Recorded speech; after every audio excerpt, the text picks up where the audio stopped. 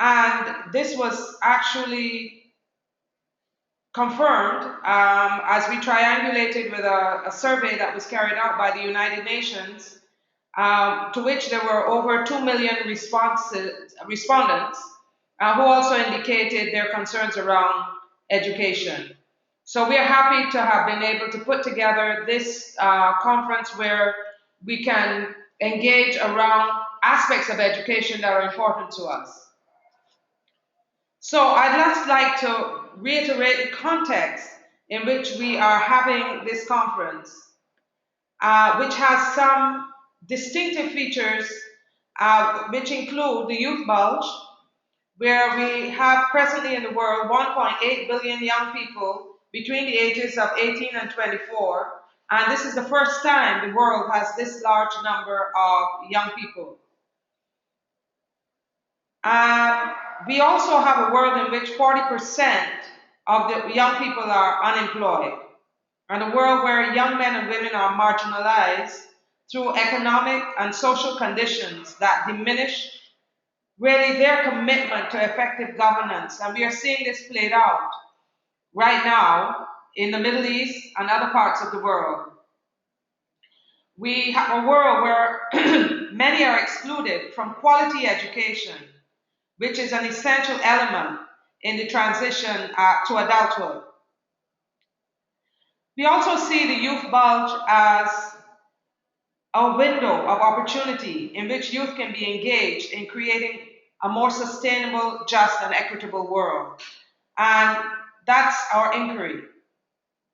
So in the opening keynote yesterday, which focused on youth leaders for the world we want, peaceful interaction, tolerance, and commitment to sustainable future, which was presented by Dr. Monica Sharma and myself, we set the frame for the conference and initiated an inquiry into what it would take for emerging leaders to understand both the visible and hidden sources of action and inaction and attitudes that determine them.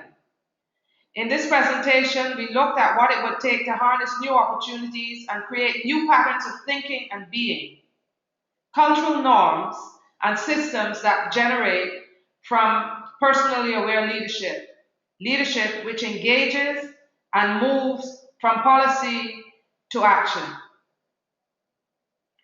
We also heard from Manav Subodh of 1M1B Foundation, who shared his vision of skilling 1 million young men and women to create jobs for 1 billion, and about the pilots that were carried out in partnership with the Global Leadership Coalition and through the partnership between the Global Leader Coalition and the Caribbean Center of Excellence for Sustainable Livelihoods. We carried out pilots in the Caribbean, in India, and a small pilot in New York, which produced different models of entrepreneurship, including social entrepreneurship that can engage college students in giving back, business entrepreneurship, such as the model that was presented by Janice McLeod of Jamaica, and also social entrepreneurship that deals with giving voice, was carried out by Casina from New York. We heard from women entrepreneurs from Jamaica and India. In the Inspiring Skill Builders, we heard from Rick Smith on the key elements of self-esteem, and he helped participants to uncover who they view themselves and therefore project themselves to the world as, and to discover their current view of their real selves and to awaken their better selves. We had a lively session on public speaking from Marcia Chambers, who emphasized 3 elements of successful public speaking: confidence, connection, and closing, and an inspiring session from Kristen Ellington on project management, who took us through the key elements of project management: scope, schedule, and risk. And our final keynote speaker of the day was Nadav Zamer, the principal of Harlem Renaissance School, who gave us a provocative presentation on the approach he's taken at his school, acknowledging that the approach to education needs to change, that knowledge was previously the centerpiece, and today, behavioral aspects, core values are what make the difference. And he shared with us the results that he's having from taking this approach at Harlem Renaissance School. And what we saw was some connecting threads through all of the presentations, including relatedness, confidence, and we continue in this engagement today. Today, we will hear from Linda Vernoy on green jobs, and then we will have another session where you will hear from Marcia Brandon of the Caribbean Center of Excellence, who will moderate the session on entrepreneurship, and you will hear from a winning entrepreneur, Josanne Arnold. We will have two skill builders, one on time management by Professor Robert Ekblaw, and the other on financial literacy by Sahir Long. And then the final keynote will take us into an inquiry on adaptive learning. And then we will have our wrap up. So we look forward to engaging with you. Yesterday, in the closing, I encouraged participants to engage in leaping.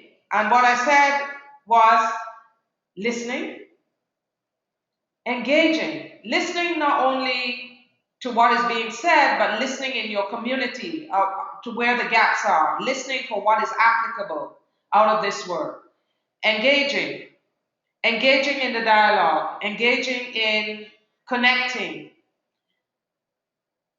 taking action, just being one that looks for what you can take action on, and participating. Participating not only in these processes that have been outlined, but participating and giving us your feedback. What is it that you see?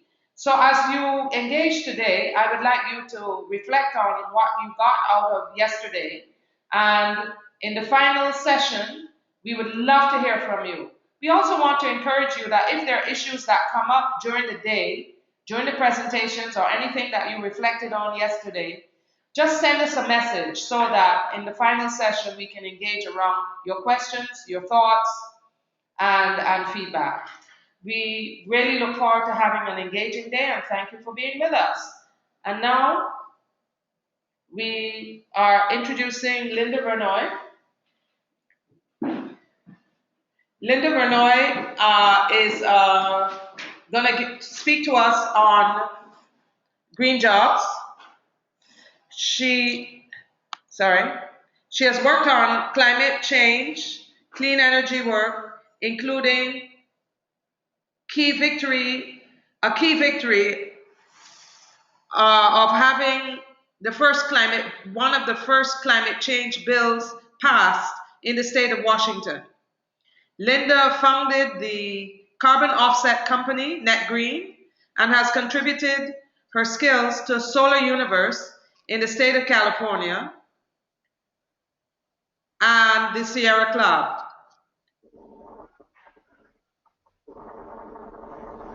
She has been instrumental in launching the Beyond Coal campaign and getting the passage of the Clean Jobs Bill. She is currently committed to people sustaining a planet that sustains us by 2020 and is currently a candidate for the executive committee of the Sierra Club in Illinois. And now over to you, Linda. Thank you so much, Mary.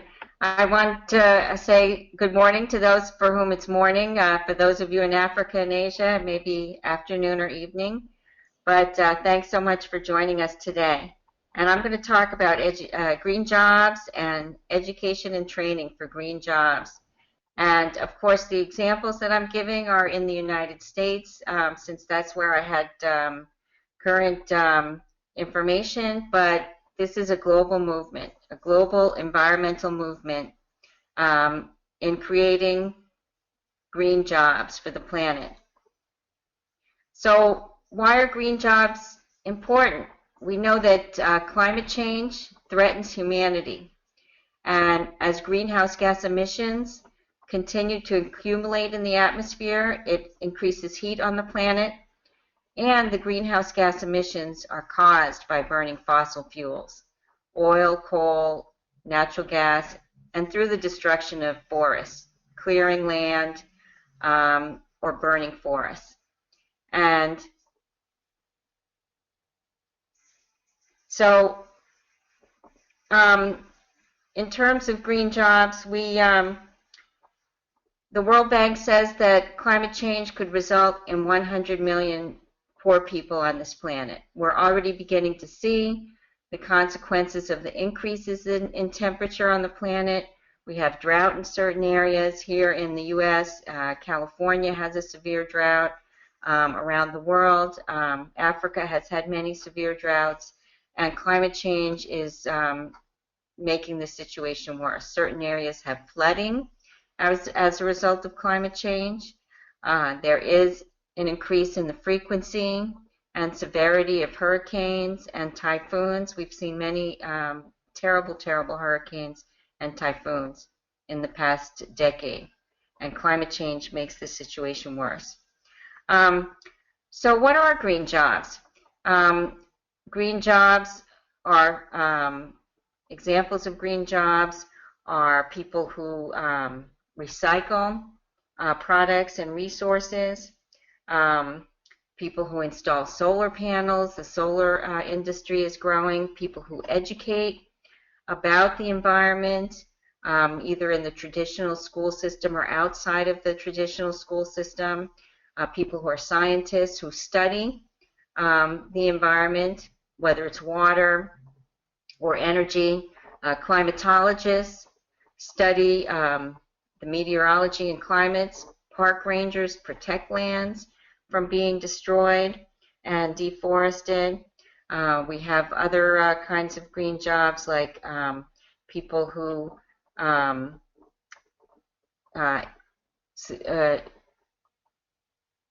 farm organically.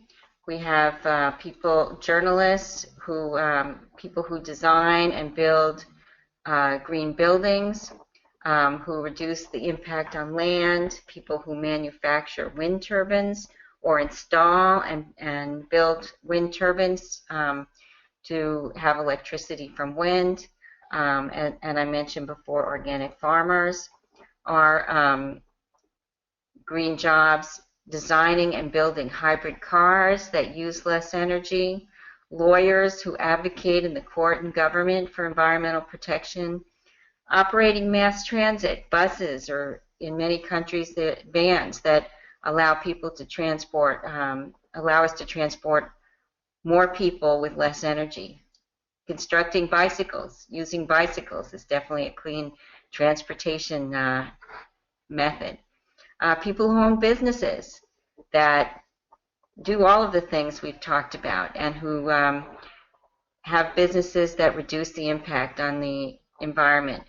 Political representatives in different countries, whether it's a congressperson or a member of parliament, who uses their power to implement sustainable policies. So what are some of the things that are happening in green jobs? We're going to talk a little bit about that, particularly in the U.S., but green jobs are expanding in a global way. We need, as we organize our shift in energy use from fossil fuel to renewable energy, as we reduce deforestation, as we increase forestation, these methods create green jobs in our countries. And we want to ensure at the same time that our education system develops the skills that we need for green jobs. So let's talk a little bit about what's been happening in the United States recently in clean energy. And again, I didn't have the data for other countries, but a lot is happening in other countries related to clean energy. This gives an example of the past 10 years and the increase in clean electricity generation at the utility level. So you can see there's been a dramatic increase. This is in thousands of megawatt hours. Clean electricity includes things like wind and solar electricity generation, the use of thermal and geothermal power plants. So this is dramatically growing in the United States in the past 10 years. And we see similar trends overseas. So let's look at a couple other examples of what are some of the trends. Let's look at new power plants, the new generation of electricity. Just in the past couple of years, you could see the percentage of solar generation has increased from 10 to 32%, and the amount of natural gas, of course, natural gas is cleaner than coal, so that's why it's important to look at. We've seen an increase in 31 to 42% over the past couple of years. The new generation of coal has reduced to almost nothing. Wind generation has also had a very important increase in our economy. And then there's other kinds of new electricity generation that is clean, like geothermal, small hydropower, and things like that. So this is continuing to grow in our country.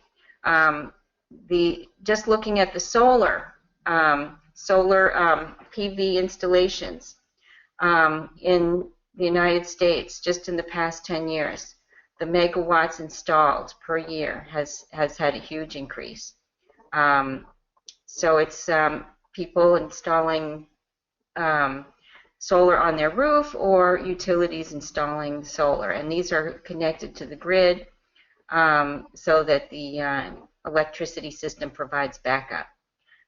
So this is an example of increase. Now, what do people think about clean energy? That's important to know because we give this information to political leaders so that they know that this is what the public wants. 50% of Americans believe that solar power is the most important source of power for America's energy future. 42% believe that wind power is very important to America's future. And then 33% natural gas. 25% believe that saving energy, finding ways to use energy more efficiently, that's another important green job technology, is saving energy. And they're important for the future. So those are some of the trends in clean energy. Now I'm going to talk a little bit about an example of how we can promote green energy and green jobs in our countries. We have to organize to create green jobs. So I'm going to give an example of a campaign that I was involved in to shut down a coal plant in Indianapolis. By shutting down dirty energy, we create openings for clean energy. And of course, the utility, the electric utility, was organized money in this case. The electric utility wanted the status quo. Through Sierra Club, which is the oldest environmental organization in the United States and one of the largest, we organized people to create green energy.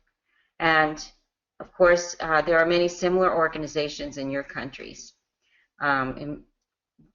We called this the Indy Beyond Coal campaign. There's a picture of the coal plant that we had in Indianapolis, which was shut down. Now, as I said, we organized. We organized in all kinds of ways.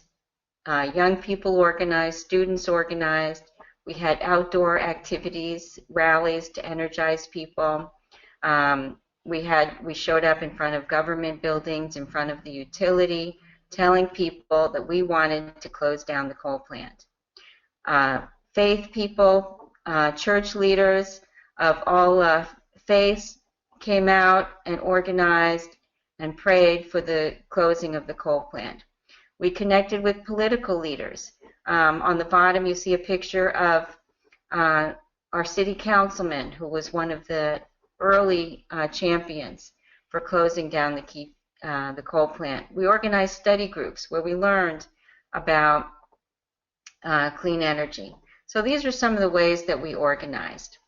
And we had a launch, a very public launch. We started in very small groups in 2012, And then by 2014, we were able to bring 100 people to the center of the city to have a big rally. We had student groups.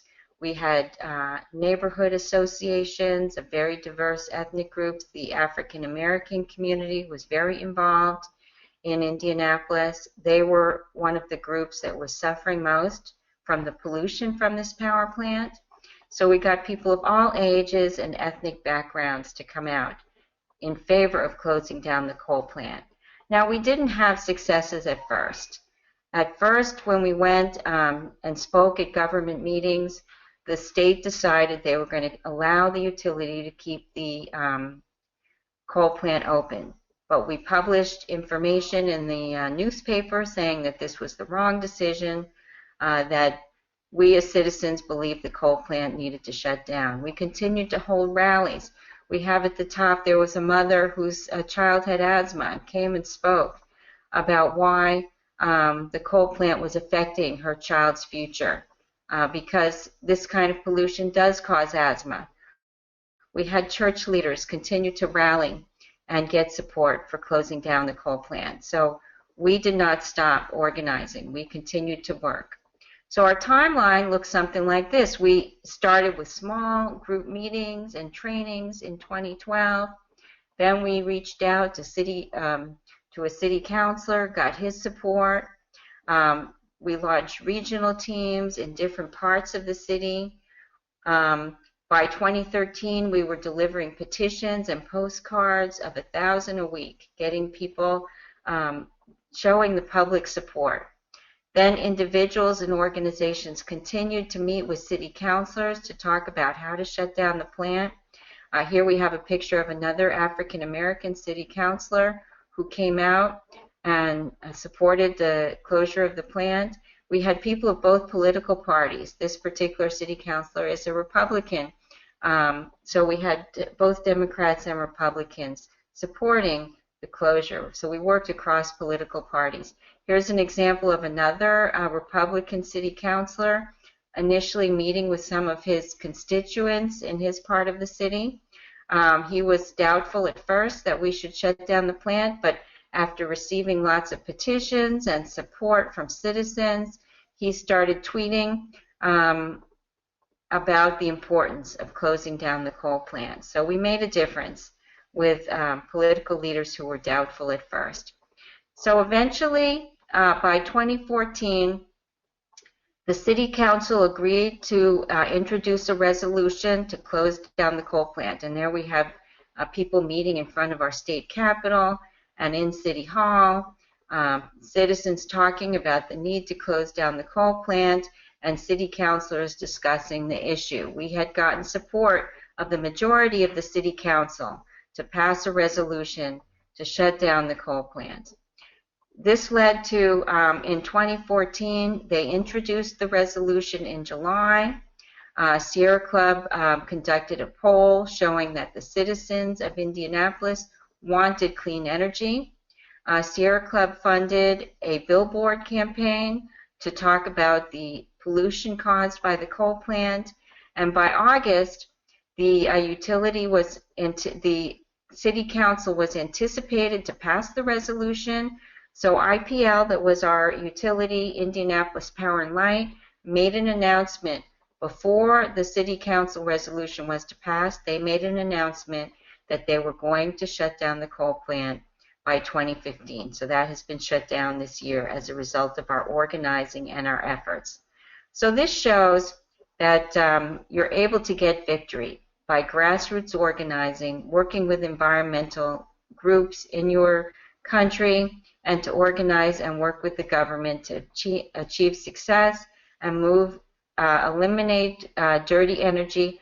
Our utility would not have done it, would not have shut down the coal plant without this effort. Their plan was to go on for 20 years burning coal because they felt it was cheap.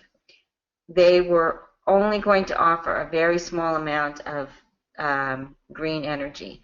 So by our activity, we made a difference.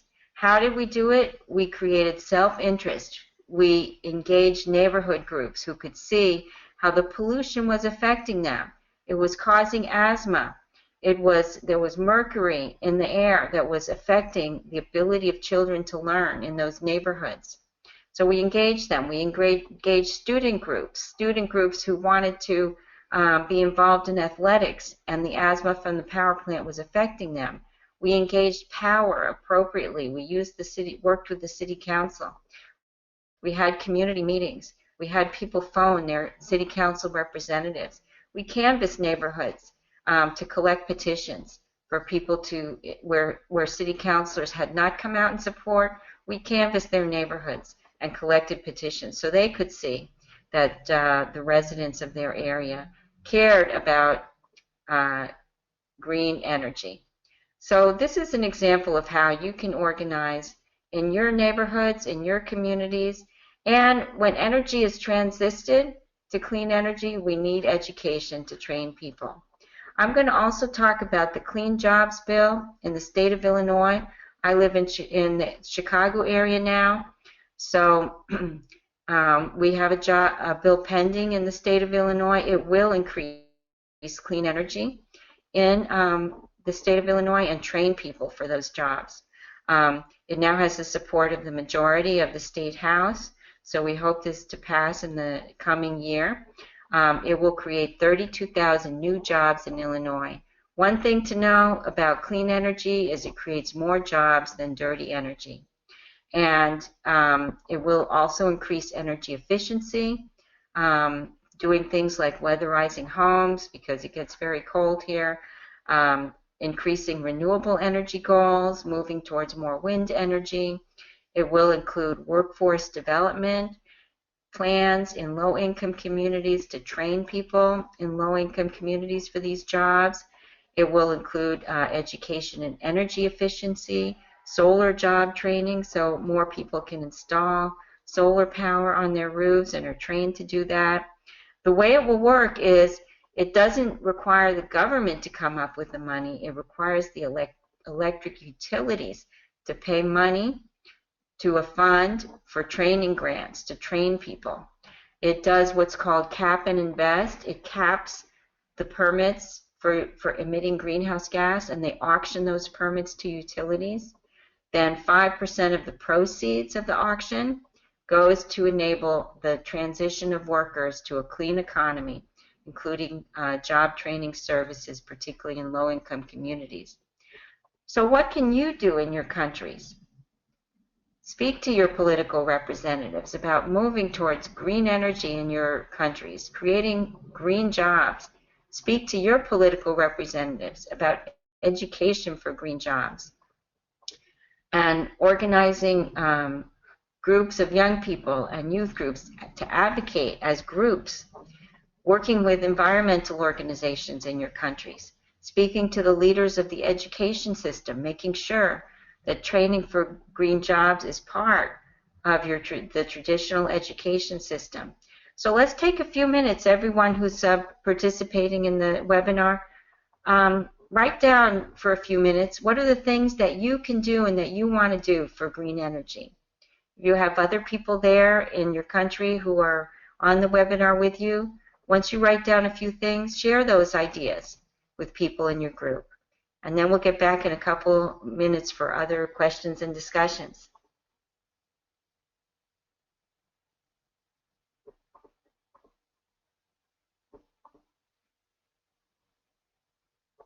Well, thank you very much, Linda, and thanks also for the questions that you have posed. Now, this is our time for discussion, questions and answers, comments. So we invite you to submit your questions, comments.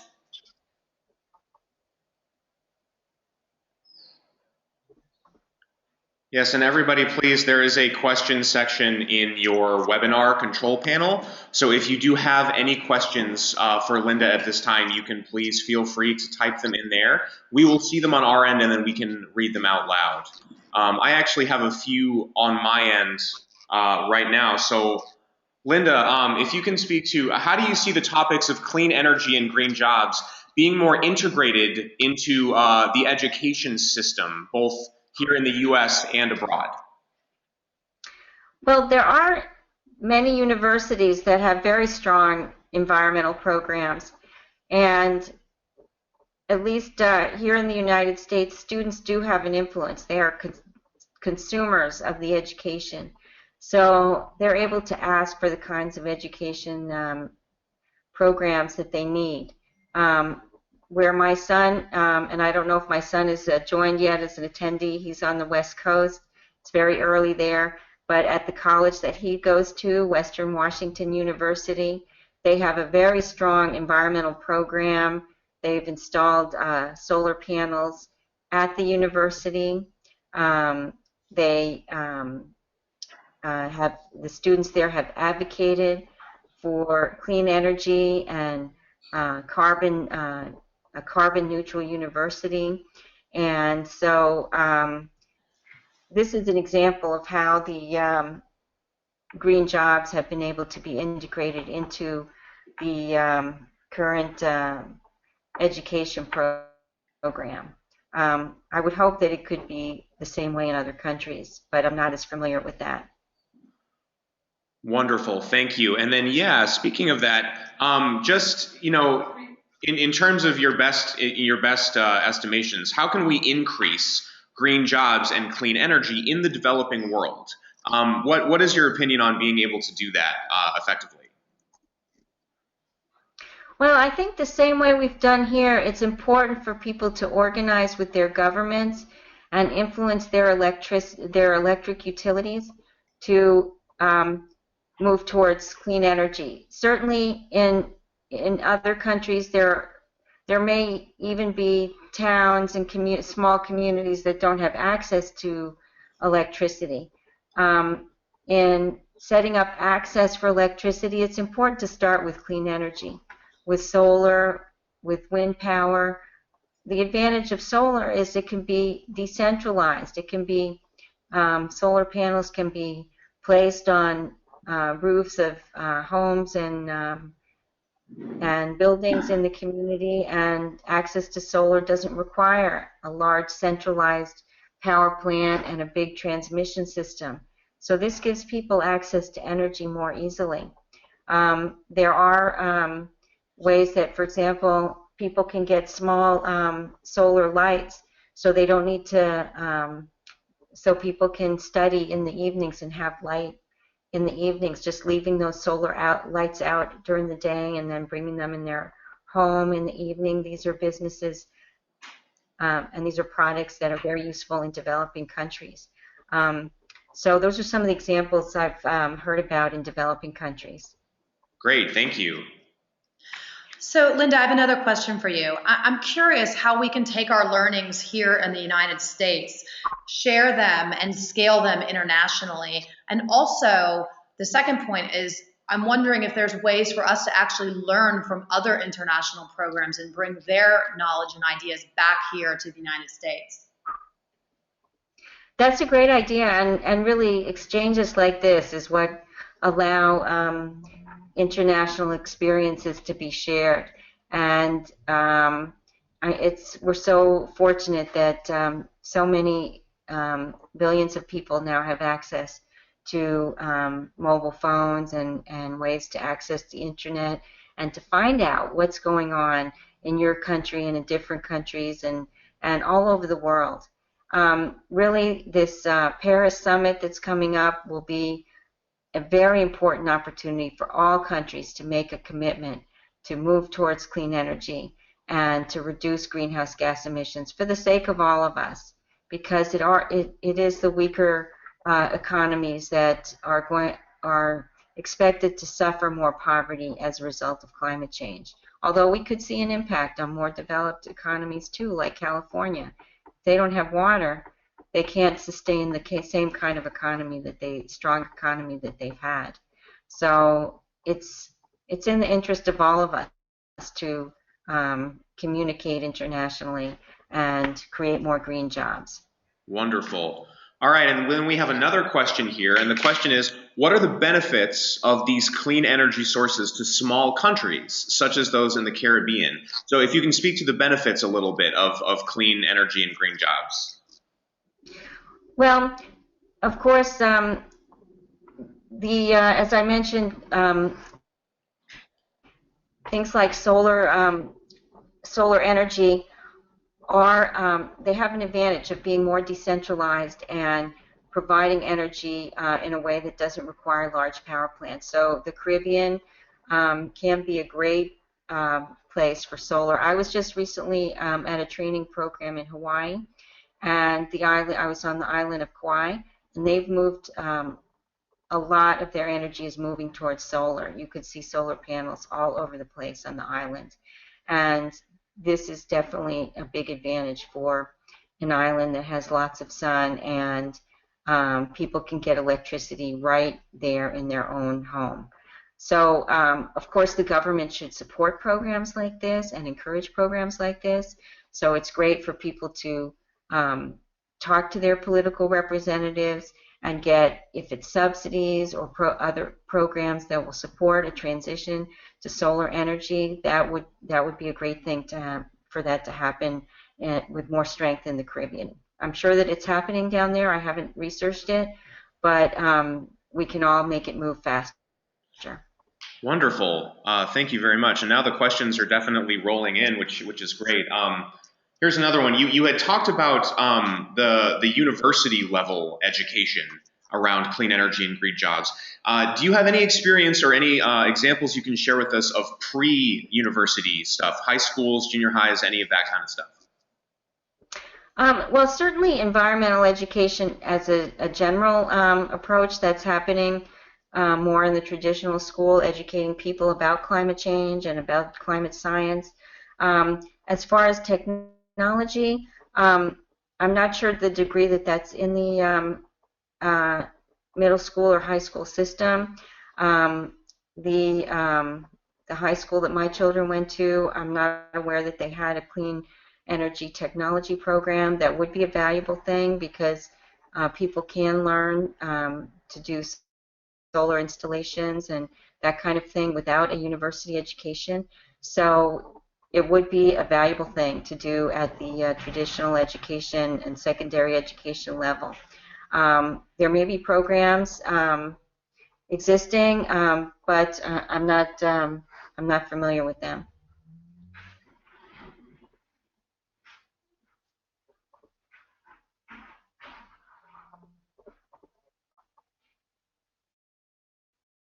All right, and we're just getting another question in here. This is actually really fascinating. This is Hannah Omberg from Suriname, South America. She says, "Good morning, Linda. I am an entrepreneur of a solar energy company in Suriname, and I must say that I like your approach. We do solar installations for people in rural areas and the interior.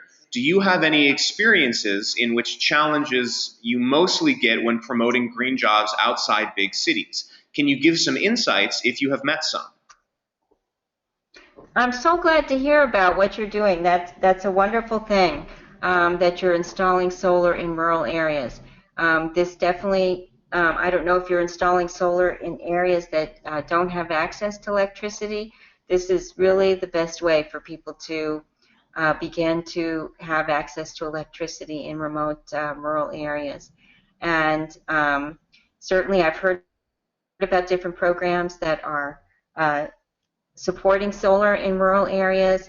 I've done some work in rural areas myself back in the 1980s, but at that time we weren't involved in promoting green energy. So I'm just very happy to hear about what you're doing. And it's great to exchange those ideas with other countries that are working with that kind of thing in rural areas.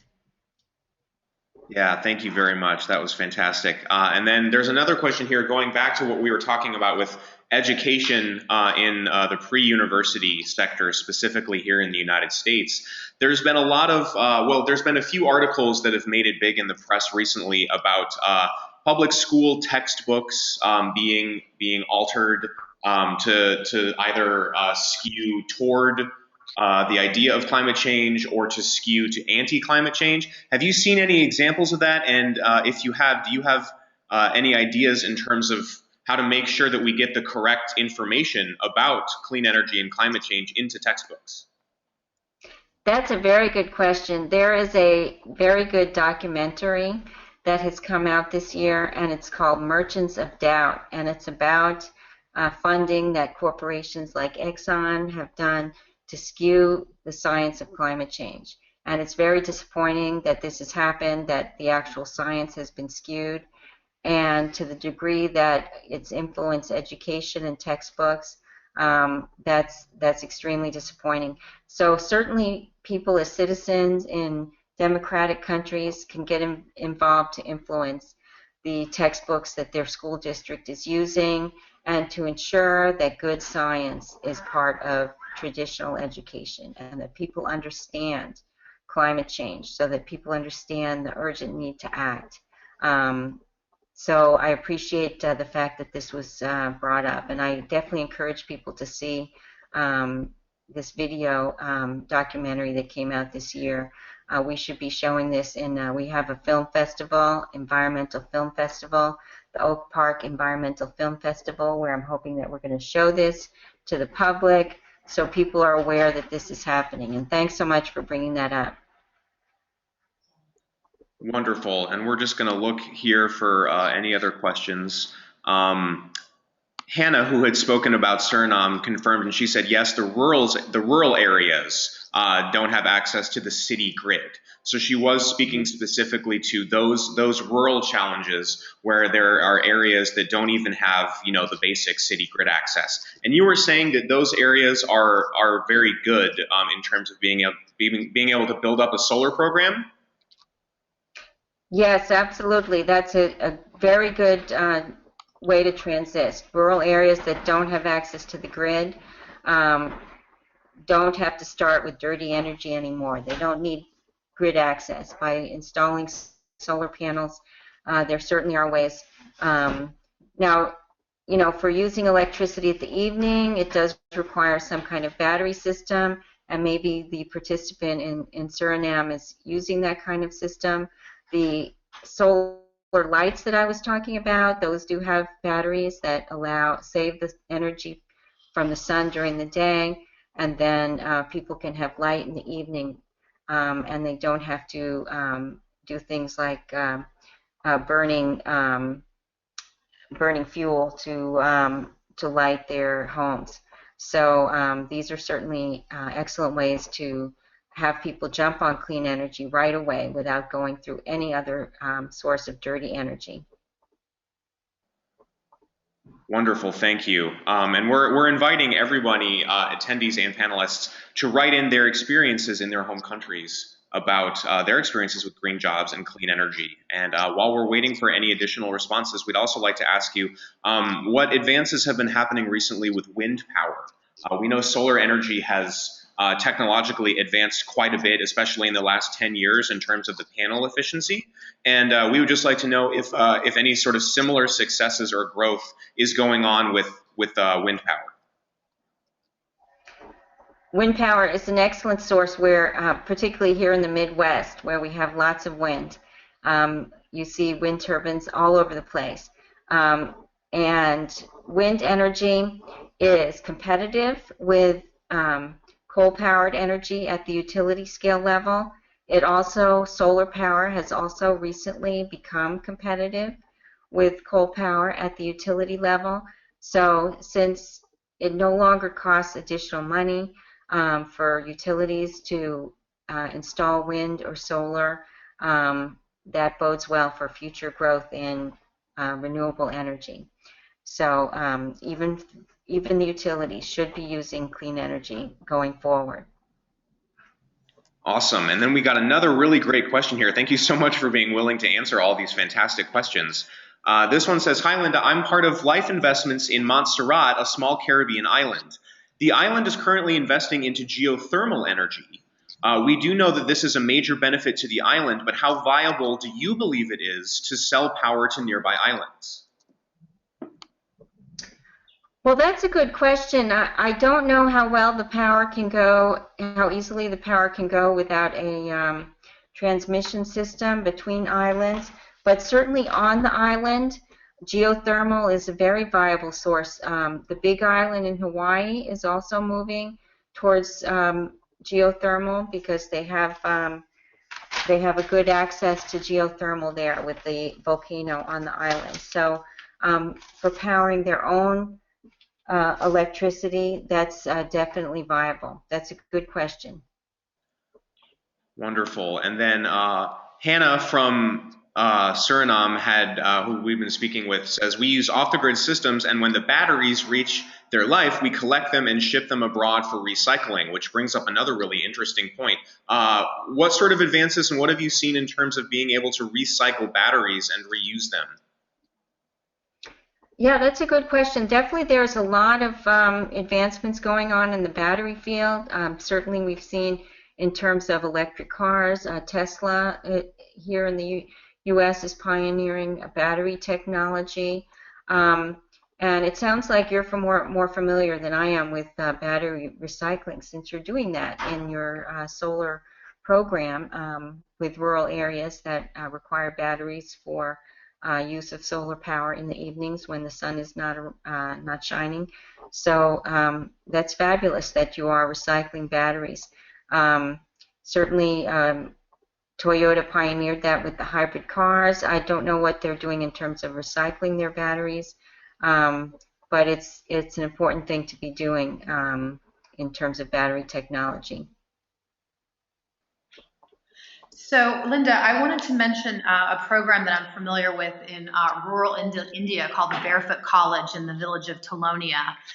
They're doing a really interesting program where they are using all different types of methods, including training local people to install solar energy in rural villages around Talonia to create a sustainable business model where they're working with energy, they're working with textile production, they're working with food development. So basically each business feeds into the next in order to create a really holistic, sustainable economy that stays within the local community. And I'm curious if you've heard about any other programs like this, or if you know of any other ways in which people are using solar energy as part of a larger initiative to help rise up rural communities. That's really great to hear about. I'm not familiar with that, but certainly I am aware that India and China are placing more emphasis on green energy, and I certainly hope that in the agreement in Paris we see a greater agreement by especially the large, rapidly developing countries like India and China to focus their economies on green energy. I do know that China has made commitments to reducing the use of coal. We know, everyone knows and has seen the media reports about the terrible pollution that is resulting in China from generation of coal electricity. Here in Illinois, it's still a problem. We're the 5th largest state in the U.S. in terms of burning of coal for electricity. So it's really exciting to hear about new economic developments in rural places like India. I spent some time living in India back in the 1980s, and definitely the pollution in India is definitely a concern. Linda, this is Mary, and my question relates to the challenge of, you mentioned earlier in your talk about public transportation systems. So what would be your suggestions regarding addressing that? Small countries in particular have that challenge. And they're, as people get better off, they're increasingly more vehicles. So can you give examples of places where they've actually taken on this public transport system as food for thought? And what could be introduced that would facilitate transportation by also reducing the number of cars? That's a very good question, because certainly as countries develop, as more people own cars, it creates more of a problem. I was in Malaysia this year, and Malaysia has an excellent rail public transportation system. It's very easy to get to the airport and in other parts of the city by a rail rapid transit. So in Kuala Lumpur, in the capital, they've given a very important attention to public transit. When I lived in Mexico, people innovated a lot in terms of using vans as a public transit system. So I think that it doesn't have to be big public transit like the rail system in Kuala Lumpur. People can innovate and people can be entrepreneurs in providing vans for transportation. So people don't have to, so everyone doesn't have to own a car. And the vans, as I recall, in Mexico City, going out to the edges of Mexico City, came very rapidly, so people could very quickly get a van to travel around. And so when I lived in Mexico City, I never needed to own a car.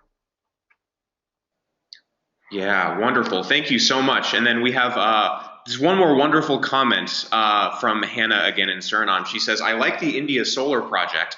This is exactly our approach at Googleplex Technologies SAC in Suriname. You don't only provide an energy solution, but stimulate a holistic solution with a training and entrepreneurship development in villages and communities. Which, I mean, that's exactly what you were talking about. That's really phenomenal. And I have to say I'm excited to hear about these what's going on in developing countries. So I put my email up there. Please email me about that kind of information. Since I'm less involved in developing countries right now, I'm very, very interested in hearing about these kind of things going on. Wonderful, Linda. Thank you so much again. We really appreciate your time today, everybody. You see her email address up on the screen. Please feel free to contact her. And again, thank you very much for joining us. Thank you. Thank you. And thank you very much. And thank you to the participants for engaging. This was really an inspiring and thought-provoking session.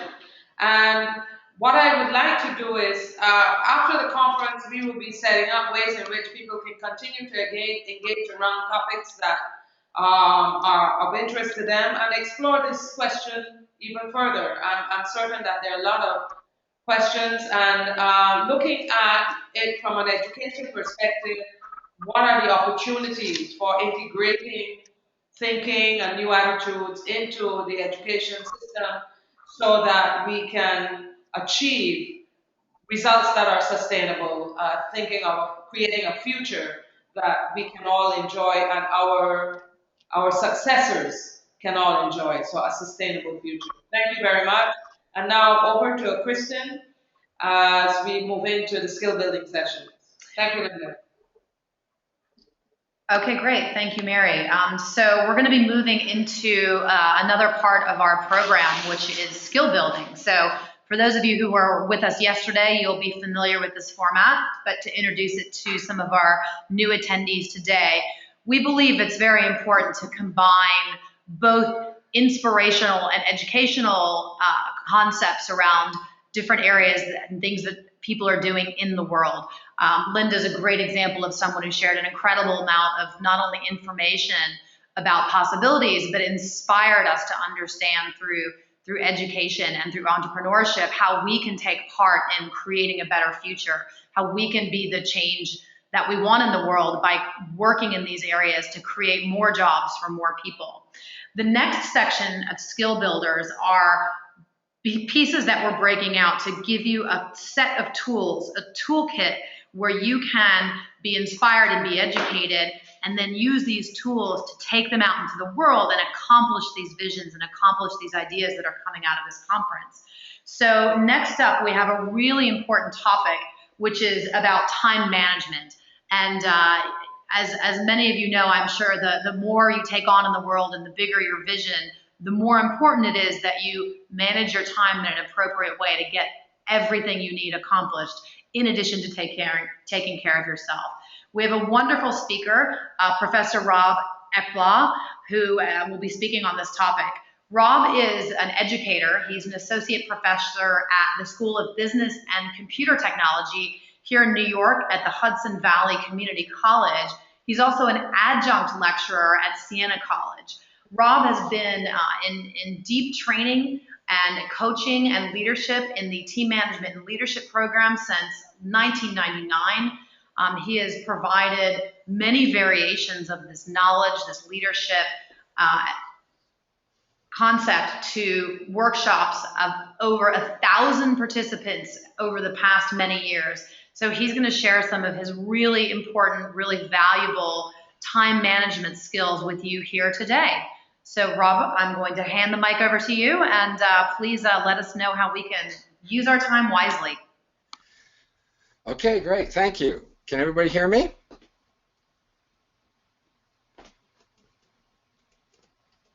Is it not working? Yes, No. we can hear you beautifully. Keep on talking. Thank you. Okay, great. I guess I was expecting to hear a little bit of an echo, so that's fine. All right, good. All right, well, yes, thank you, Kristen, for that introduction. And obviously, anybody who's interested in not only just being an entrepreneur, but somebody who is impacting their community or impacting the world and providing that kind of a contribution, it's going to take a lot of effort. It's going to take a lot of coordination. So a key skill that's going to have you be effective in what you want to accomplish is being able to put all of that together into a schedule that works for you, works for the people that are working with you, so that you can be effective without experiencing any kind of physical or emotional burnout. So that's what we're going to be looking at here, some of the key elements that can go into having you effectively organize and manage your time. Now, there's a lot to really being powerfully effective with managing your time. So this workshop is just going to provide an overview of it. At the end, I do provide my contact information. I highly encourage anybody who would like some additional coaching, additional support and advice to be in communication with me, and I'll work with anybody to help you create something that works for you, that allows you to be effective with all of your commitments and everything that you are involved with. So the big question here is, why time management? Most people say, if you would ask them how they're handling things and how they're taking care of things, it's like, oh, I do okay. I mean, most of us, we get most of our things done. We may miss a few, but hey, that's what life is all about, right? You have to sometimes make choices. You can't do everything. You may be a little late to things, and well, I look around, everybody's a little bit late, right? So you're operating at the same level. It's like you're not any worse than other people. You may be better than some, and things are getting accomplished. After all, there's only so much time in the day. You can't do everything and still be able to eat and sleep and take care of yourself. That's what life is. We're have a lot of things thrown at you, and we have to make choices about it. And besides, if it doesn't get done by me, somebody else will pick it up. If it's that important, somebody will realize how important it is, and somebody will be able to go ahead and do it.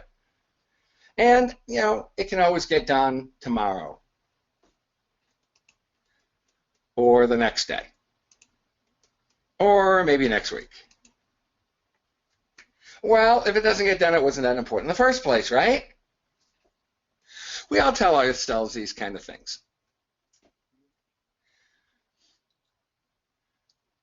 But sometimes, and you may have noticed this, experienced this in your own life, when there are things that don't get done, it causes certain effects to yourself or to other people that you may not have thought of, and you may not anticipated, and certainly are not helpful. I mean, there's some obvious results of having a ineffective or inefficient or unreliable time management system.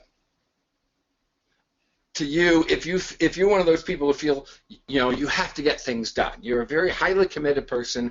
If you take something on, you're making a promise you're going to get done. You take that seriously. If you're one of those kind of people, and a lot of us attending this conference, I would assume probably are, or you wouldn't be attending this conference.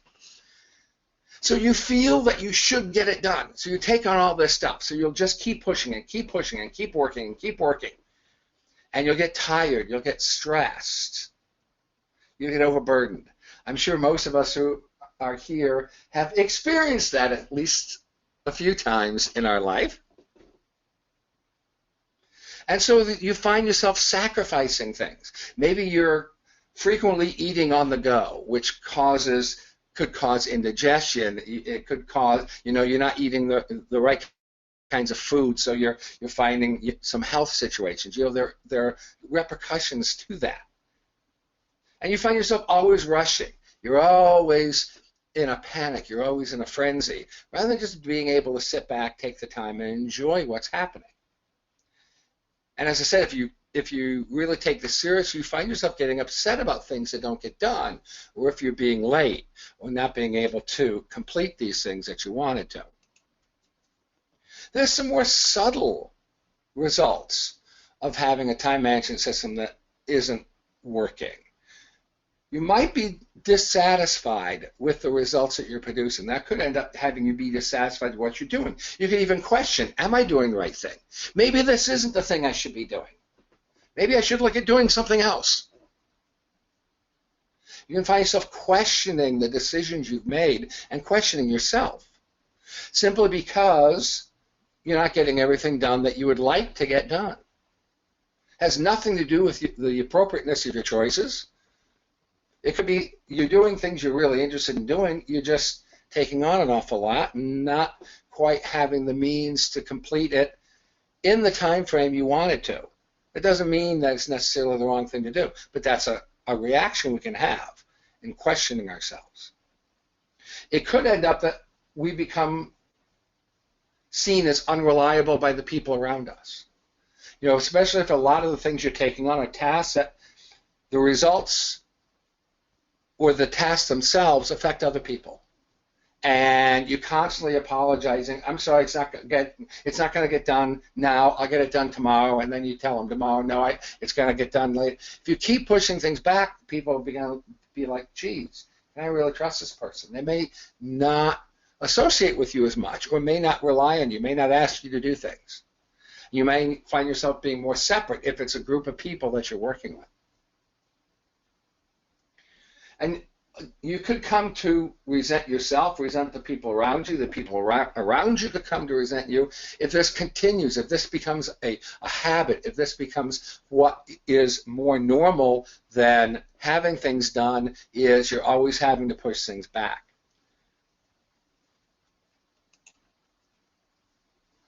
So before I get into what time management is, I want to get into what some of the things it's not, especially when some of the things I'm going to say on this particular portion of the presentation are things that you may have even been told by other people, oh, if you do this, you can be able to take care of things. And probably the most common misconception is, well, I'll produce a to-do list. If I have a list, if I can physically see the things I have to do rather than try to remember it, then I'm not going to forget it. But in a lot of cases, it's not forgetting about the work where it's not getting done. You've just got a lot of things to do, and you need to allocate it appropriately. Figure out how much time it takes, put it into your calendar or your smartphone or whatever system you use appropriately, and be able to divide up the things you have. Why a to-do list is not a good system of managing your time is because there's no time involved. It's just do this, do this, do this, do this. So you have a list of things to do. You don't know how long it's going to take. You may prioritize the to-do list, which is good. Then you're taking care of the more important things first. But say something takes twice as long as you expect. Then all the to-do list now is a reminder of, oh darn, I already know I'm not going to get some of these bottom things done. And even before you've even gone halfway through your day, you're already upset.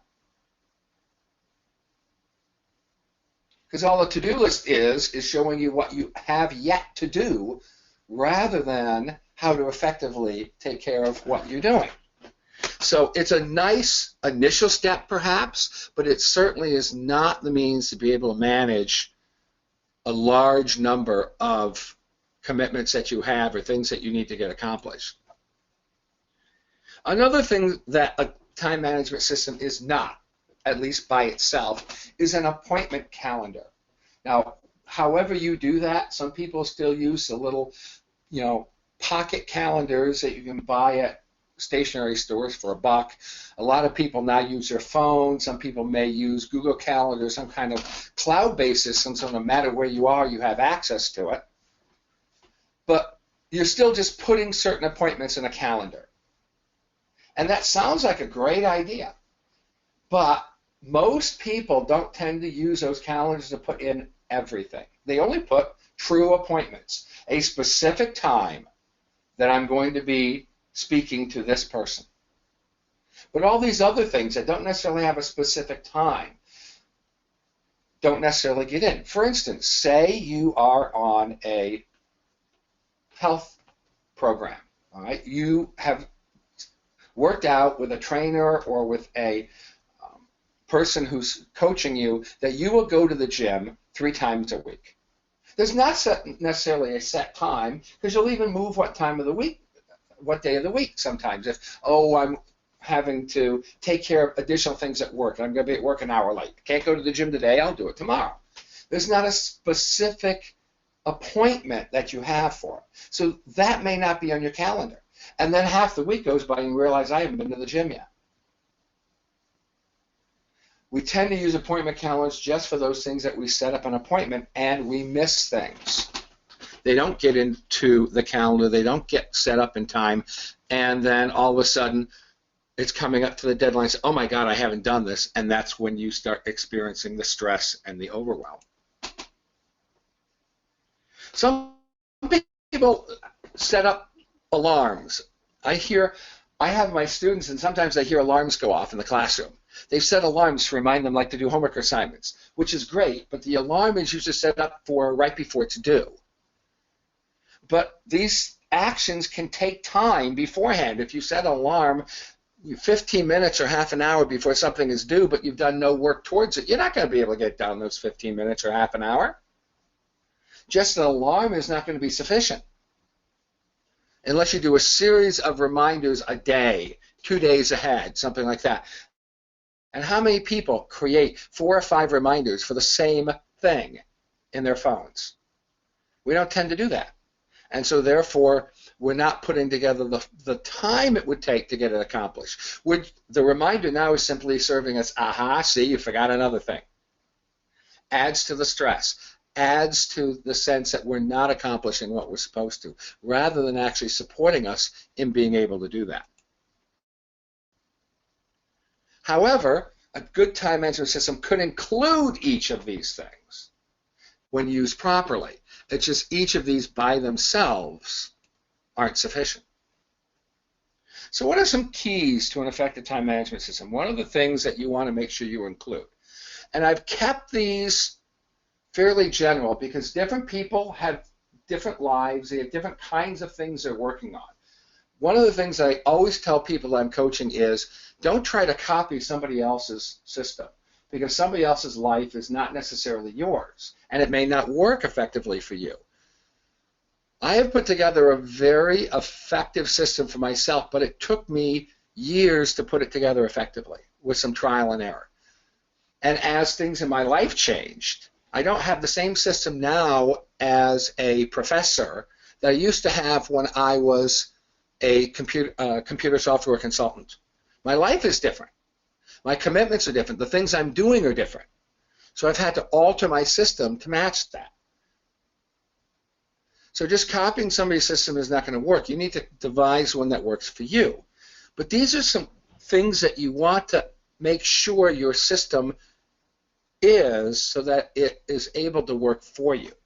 First and foremost, you want to keep it simple. If you have a really complicated system where you have this thing here which tracks this and this which tracks this, and if you've got like 4 or 5 different particles to it, there's a lot to keep up to date and to manage. And your system itself becomes overwhelming. Who cares about the amount of tasks you have to do and the amount of things you have to accomplish? Your time management system itself becomes so overwhelming and overburdening, you're not going to want to use it. So you're going to want to keep it simple. The second item is one thing that is most crucial to effective time management system, and the part that a lot of people forget, is you want to keep it focused, specifically focused on what you want to accomplish. What is it that you're actually out to achieve out of performing this task? Because if you spend your whole day just doing something and doing something and doing something and doing something, and at the end of the day you come home, it's like, oh, I'm exhausted. I did 24 different things. All right? Now compare that to you do those same 24 things, but you come home at the end of the day, it's, all right, I did a lot, but what I did served 100 different people. I provided them with services. I made their lives better. Think about how different you're going to feel at the end of the day. One, you're just present to all the work you did and how exhausted you are. The other is, oh, wow, I really accomplished something today. So whatever system you put in place, you want to make sure you're keeping track of what's the result of what you're doing.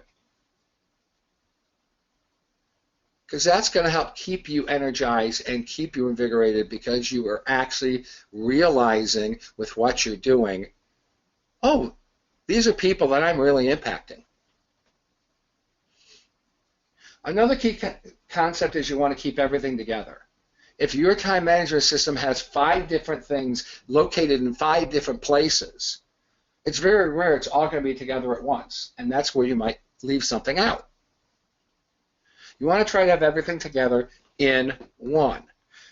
Modern technology can really help with that. With the sophistication and the ability and the speed of modern smartphones and the fact that they can connect to the internet, you could put your time management system, say someplace out on the cloud. You could put it on a Google Drive or put it out on any other kind of file management system that's out on the cloud. And then you can access it if you're at home from your home computer.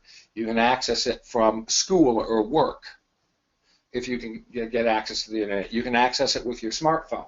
Wherever you are, you'd have access to it. So your time management system is with you, and all elements of it are with you no matter where you are.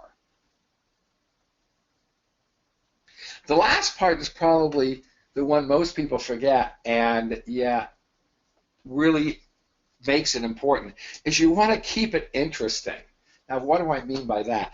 Well, if the kind of system you have, if you open it up, say you have it out on the internet, and you open it up in the morning, and it's not even appealing to you, and you're the one who's going to be doing the work, then you're probably going to be spending less of your time looking at it and keeping track of what needs to be taken care of.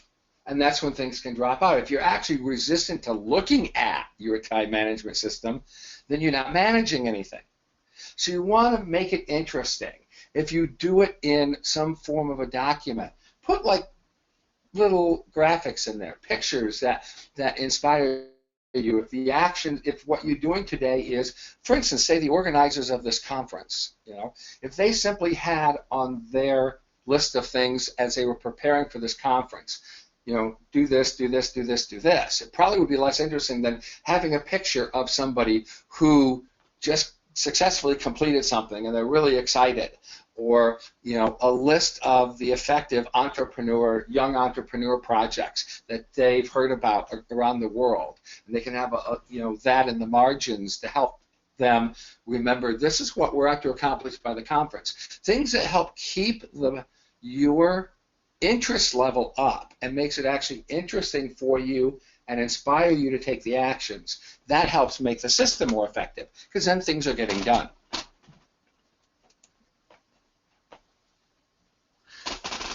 So, if you're going to put one of these together, what should your time management system look like? And again, I'm not going to give you specific models because your life's going to be a little bit different and unique, but tell you the kind of things that should be included so that you can be able to manage the things that you need.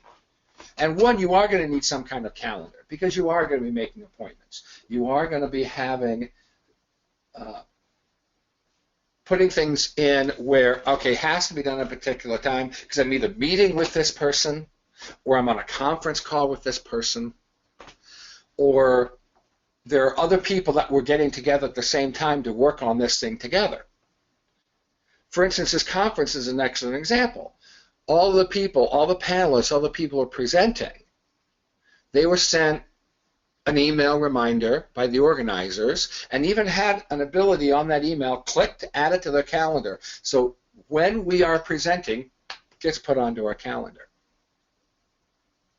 So then that gets automatically included into our time management system if a calendar is part of it. And you want to have one calendar in one place. So then you have everything together, and just one glance at it, you know what there is for you to accomplish in that day. Another aspect that's important, as I said, is make it portable. You want your time management system to be with you wherever you are. So if it's something that you can access by your cell phone, do it. If you want to actually download it and have it on your phone, have an app on your phone. There are some commercially available apps that help people with project and time management. So you could even have it on your phone if your phone's always with you. If there are places where you can't have your phone, for instance, if you're a student, I know there are some schools here in upstate New York where they don't allow the students to have their phones with them while they're in school. So, whoops, if your system is only on your phone, well, now you don't have access to it. That's why I recommend something where you can have it out on some kind of cloud server. So if you're accessing it via your computer at school, you can still even if you can't have your phone handy. But you want it to be able to be accessible wherever you are, so that whenever you need to look something up and be able to say, I've done this, what's the next thing for me to do, you have access to it. And you want to make it modifiable.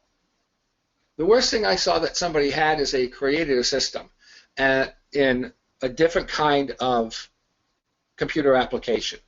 And they carried around, they printed it out, and they were carrying it around. So they basically had this little paper, they folded up and they put it in their wallet, so it was with them all the time. And they could pull it out to look at what's to be done, check things off. But then to add things, they had to handwrite it in. And if a lot of things started getting added in the day, it's like all of a sudden, it's a mess. They can't read it. So you want your system to be able to add things on the fly as things occur. And therefore, you want your time management system to be able to be modifiable. You don't want your entire day blocked out where there's no time slots that are either not currently have nothing in them, or things can't move, can't shift the time. I'll give you a great example here today. I was originally scheduled to speak later in the morning, and they had to move me up. It's like, okay, I can adjust my time to be able to do that because I had some flexibility in my schedule. If I didn't have that flexibility, I would have had to tell them no. And the organizer would have had to come up with something else. They're smart people, they would have. But the point is I had the ability to be able to do that because I had the flexibility in my schedule. So you want to be able to have your schedule be able to do that. When it's so rigid that you can't allow for emergencies or unexpected things that you didn't anticipate, that's where the stress comes in. Because then when that happens, it's like, oh my God, what am I going to do now? I didn't anticipate that. I can't handle that. I'm sure that sounds familiar to some of you out there. And the last thing is, say you want to make it accessible. Wherever you are, you want to be able to have it. So some things that, as I say, often get dropped out in some people's time management systems when I coach them. And so you want to look at, how can you include things like your gym or workouts? If you only have an appointment calendar, well, they're not a regular appointment. Well, something like that, things that are for you that don't have a set time, but there's a certain frequency to it. As I say you want to go to the gym 3 times a week. Once you've gotten a good idea of what you're going to be doing in the week, and I would never suggest only planning out one day. So there are actual courses out there for helping you manage time, and they say plan your next day the night before. And I say that's no good, because some things may need more than one day to prepare for. That's a lousy piece of advice. I work on a week. I make sure I have things planned out at least a week in advance. It's not rigid. Things can move around. I know there are things that are probably going to be inserted in that week that I don't know about 7 days in advance, but I'm actually able to work a week at a glance and work a week ahead so I can plan things out better. So when you've got certain things in your time management system, appointments, deadlines, things that have a specific point in time of when they need to be done. Then you can just insert in the time management system, okay, great. When do I want to go to the gym? Okay, let's see. I'm not doing anything between 4 o'clock and 6 o'clock Tuesday afternoon. Great, I'll put it in there. Now I got to look at it again. Okay, 3 times a week, about 2 days out. What do I have on Thursday or Friday? Where's an open slot? Start filling things in there after you've got those things that can't move or can't move easily assigned. Then you can put in some things with flexibility. One thing I do with my system is I actually color code things. Things that can't move are in red. It's like, it's got to be that time. Things that have more flexibility are a lighter color, like orange or yellow. So it's like, okay, that can move if I need to. If somebody gives me a task, all of a sudden now I've got to fill in a slot. Okay, I don't have an open slot of that size, but can I move something down so then I can increase my available time on this day, can slide that task in there, and things can move. So have some means of knowing what things can and can't move in your time management system. The next bullet is very, very important. You want to have time for yourself. Because you will get overburdened and stressed if you're constantly working at a high level of adrenaline all day. So you want to schedule some downtime. It doesn't have to be long. You can just schedule, say, 15 minutes where you sit at your desk and listen to your favorite playlist of music or whatever relaxes you. But you actually want to block out the time. It's like, okay, I am not going to do anything at this point. I am refreshing my brain. That's what I call it on my schedule, refresh my brain, which is a really nice thing to say when you have your schedule. Oh, look, I have refresh time, you know? And you want to put it in so that, therefore, that's there. And initially that could shift a little bit, but if I don't have a refresh point and it's already 6 o'clock in the evening, no, now it's not going to shift. Now it becomes red. It's like, I got to have one. I can't go the whole day. So it might be able to move, but then at a certain point you want to block it out so it can't.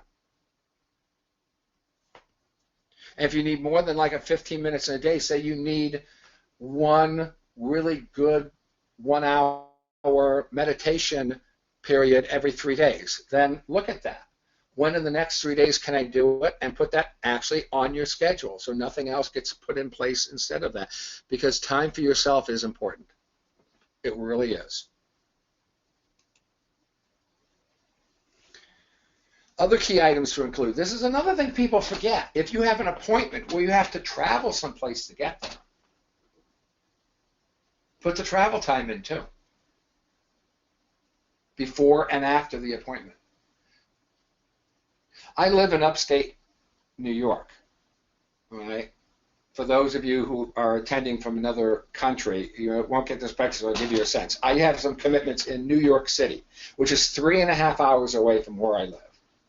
So if I have an appointment that evening, I'm going to actually block out the time it takes to travel there. So I'm not scheduling anything else when I have to be heading to the city. And if I have to do something else, I have the alternative. Instead of driving to the city, I can take mass transit, I can take a train, I can take a bus. And then I can do some things while I'm traveling. And that's often what I do. On my time, I actually make use of where can I double up on things in terms of, okay, if I have to get somewhere, I'll let somebody else take me, and I have time to do other things. But you want to include the travel time it takes to get to any place you're going, because that's where you can screw up. It's like if you have something scheduled 5 minutes before something and it's going to take you 20 minutes to get there, you're going to be late. That's guaranteed. So just whenever you set an appointment like that, that is, you need to get there, automatically put in the travel time as soon as included in your appointment calendar. So therefore you're guaranteed that you're not going to be potentially getting yourself into trouble in terms of being late. I love this one. Please include time to eat and sleep in your schedule. Yes, there's 24 hours in a day, but don't fill it with everything.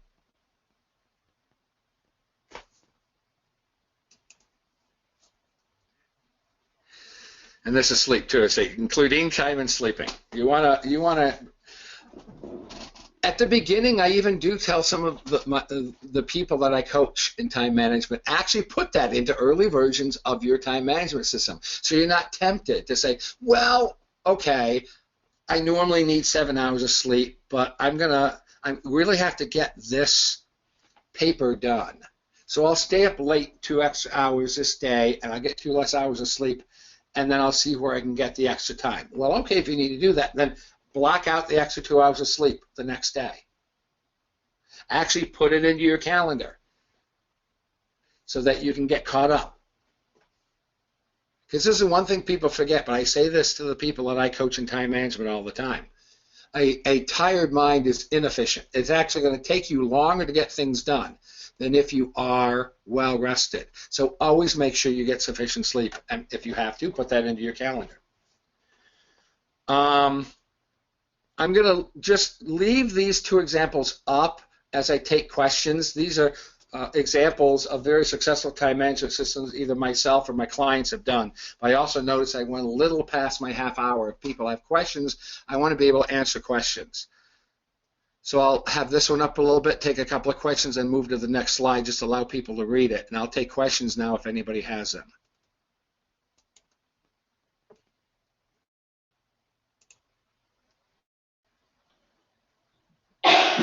All right. That was really incredible. Thank you so much. I know that I personally learned a lot, and I think there's some really valuable tips that you shared in there. So thank you so much, Rob. You're welcome. We will all now be prepared to fully take over the world. Well, that's what we hope. Excellent. And I want to remind everyone that we will be posting the recorded version of these sessions. So if you want to go back and listen to any of that information again to make sure you captured it all, we will post that online. All right, so we have yet another valuable skill builder, Seher Leone. Seher is the Vice President, a small business banker with Bank of America.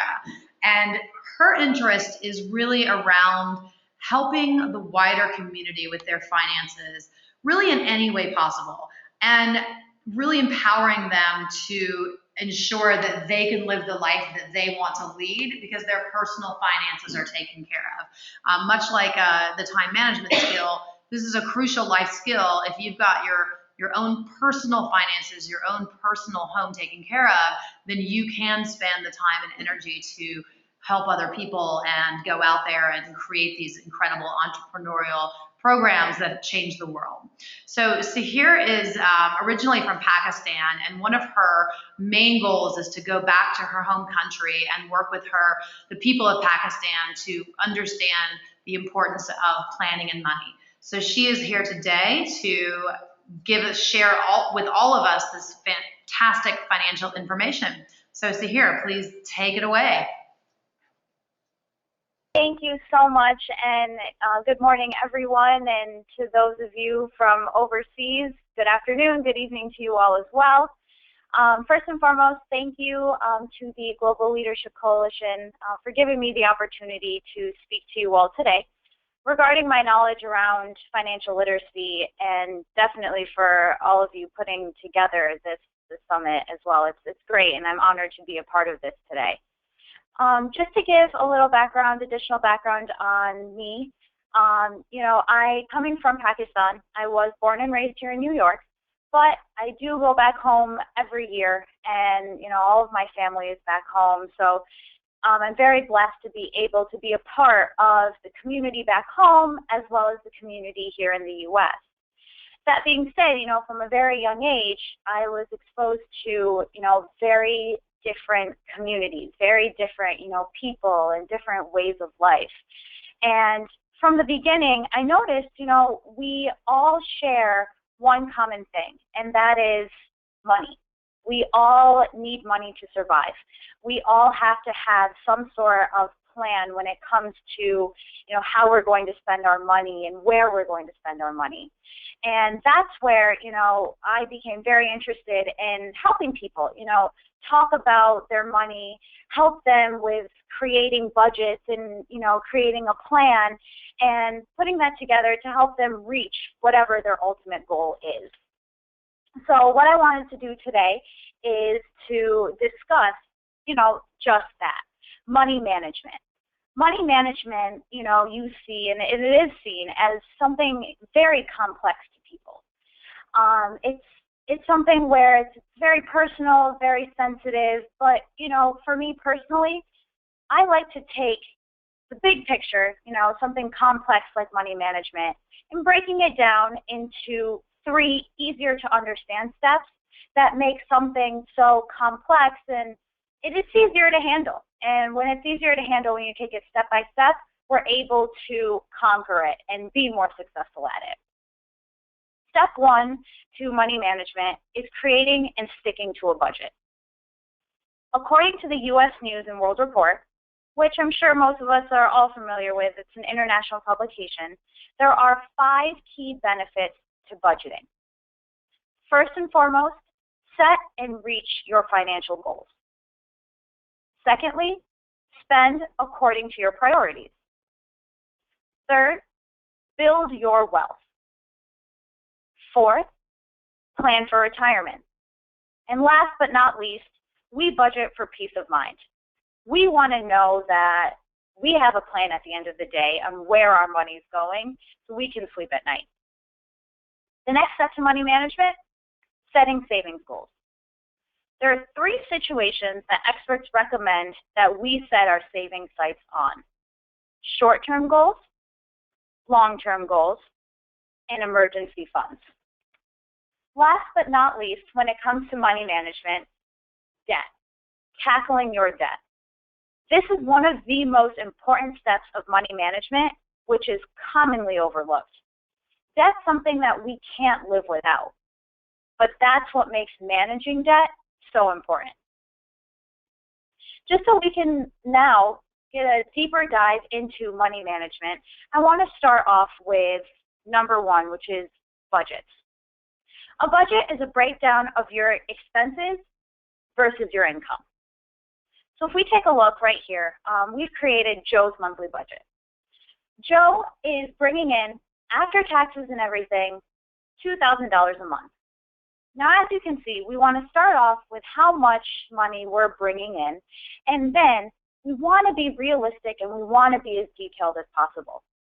We're only hurting ourselves if we are leaving things out, or, if we are just saying, I'm only going to spend $100 on groceries when your average food bill is $50 a week. So if we take a look at Joe, he's bringing in $2,000, and then we're breaking down his expenses. We've got the number 1 expense, which is rent. And the rule of thumb is usually you want to try and keep your monthly expense as low as possible, but they say around 40 to 50% of your income that you're bringing in. So Joe's rent, he's spending $1,000 on his monthly rent. Of course, we then have groceries, utilities, and Joe commutes to and from work. So we add that into his budget as well. Now, if you take a look, you'll see, for me personally, I break down my utilities so I can see, where do I need to get a better hold of my money? If I see I'm spending, more money on my light bill unnecessarily, we'll start making adjustments on, making sure that I turn off the lights more frequently, during the summer months with the air conditioning and fans and everything, so on and so forth. We make our adjustments that way. Now, the most important part of understanding and making a successful budget is understanding your wants versus your needs. I remember when I was younger, I would go to the mall with my mother, and I would find, I would go to my favorite store, and I'd see a T-shirt that I wanted. And I'd go to Mom, and I'd say, Mom, I love this shirt. Can you buy it for me? And my mom would say to me, as a kid, I remember, she would say, Sarah, is this a want or is it a need? Now, being, 10, 15 years old, I got really good at being able to prove why that new shirt was actually a need and not a want. But now that I'm older and, financially independent, those T-shirts are definitely more of a want than a need. That being said, this part is, what your key is to making a successful budget. In Joe's situation, we've got personal care, which, is, of course, your laundry, your personal hygiene, so on and so forth. And then we also add in shopping and eating out. Joe spends $200 every month on these miscellaneous activities. You know, being able to, again, differentiate what's a want, what's a need is what's going to help you be successful. Every month, Joe is putting aside $100 into her savings. This is fabulous, right? What is Joe saving for? Well, that's what's great about your own personal budget. You have self-control to create your budget and adjust your budget, revise your budget, however which way you want, based on what your ultimate goal is. Say 1 month, you know, like I gave the example before, summer months. Air conditioners are running, you know, fans are running more, and, you know, you've got, maybe towards the winter months, you have your lights running more. It gets dark out sooner. So being able to have this leftover income as well at the end of every single month when you're creating your budget allows you to have that cushion. It allows you to be able to say, okay, I have an extra little bit of money that, you know, I can put towards, you know, my commute got longer, or, you know, my utilities were higher, whatever that may be. So revising your budget on a regular basis is definitely something to make sure you are sticking to as well. Your budget, it's your tool. It's your friend. You don't want to see a budget as, oh my gosh, it's just another chore I have to do. I'm just doing it to check the box, whatever. No, this is your plan for you to get what you want. You know, for me personally, I create a budget every month because I want to be debt-free. I want to make sure that, you know what, I know to the penny where each and every cent my money is going, because I want to be debt-free. Other people, you know, you have different goals, whether it's paying off any sort of, you know, student loans, personal loans, if you're saving for a home, whatever it may be. Everyone has their own goal set in place, and that's why having a detailed budget is so important. Next, I want to focus on the next step to money management, which actually is called my favorite part of money management, savings. You know, the best part of savings is, as we go through life, we've always set goals for ourselves. That's one thing that everyone tells us. Our elders always tell us, our teachers tell us, parents, everyone. Set a goal. Set a goal and accomplish that goal. Create a plan to reach that goal. You know, when we start school, we don't start school just to finish a month, a semester, a year. We have our sights set on getting a job that's going to, you know, lead us to the dream that we had, whether it's to be a doctor, start our own business, whatever that may be. Looking at your savings in that way is going to help you be successful. I have savings broken down into 3 different time frames. We have short-term, medium-term, and long-term goals. Starting with short-term. Short-term goals are the here and now, your 0 to 6 month out time frame. In addition, your short-term goals will also include what I spoke about previously, your emergency fund. It is recommended that just in case, God forbid, something were to happen, you have in your savings a 3-month supply of your expenses. God forbid, if you were to lose a job, something were to happen, you know you have a 3-month cushion and you will be okay. That is a primary focus that you always want to shoot for. Other short-term goals, of course, new iPhone just came out, or, you know, you're saving to save, to have, you know, little piggy banks that we all start off with when we're young. These are your short-term goals. It's very important with your short-term to still also consider your wants versus your needs. Do you really need the new iPhone? You're good with, you know, what you have currently? Maybe not. Next, medium-term goals. With our medium-term goals, the time frame that we're looking at for this is 6 to 12 month range. You know, it's a little bit more expensive than your short-term goals, so you'll see examples. You're going on vacation. You know, with the holidays coming up, you're saving your money to be able to go see your family, spend time with family, friends, loved ones. You know, you use your medium-term goals for a down payment on a car, and, you know, investing. That's also a great medium-term goal to have, just to have that money for the 6 to 12 month range again. Last but not least, your long-term goals. This is what we are focused on day in and day out. Anything beyond the 12-month time frame.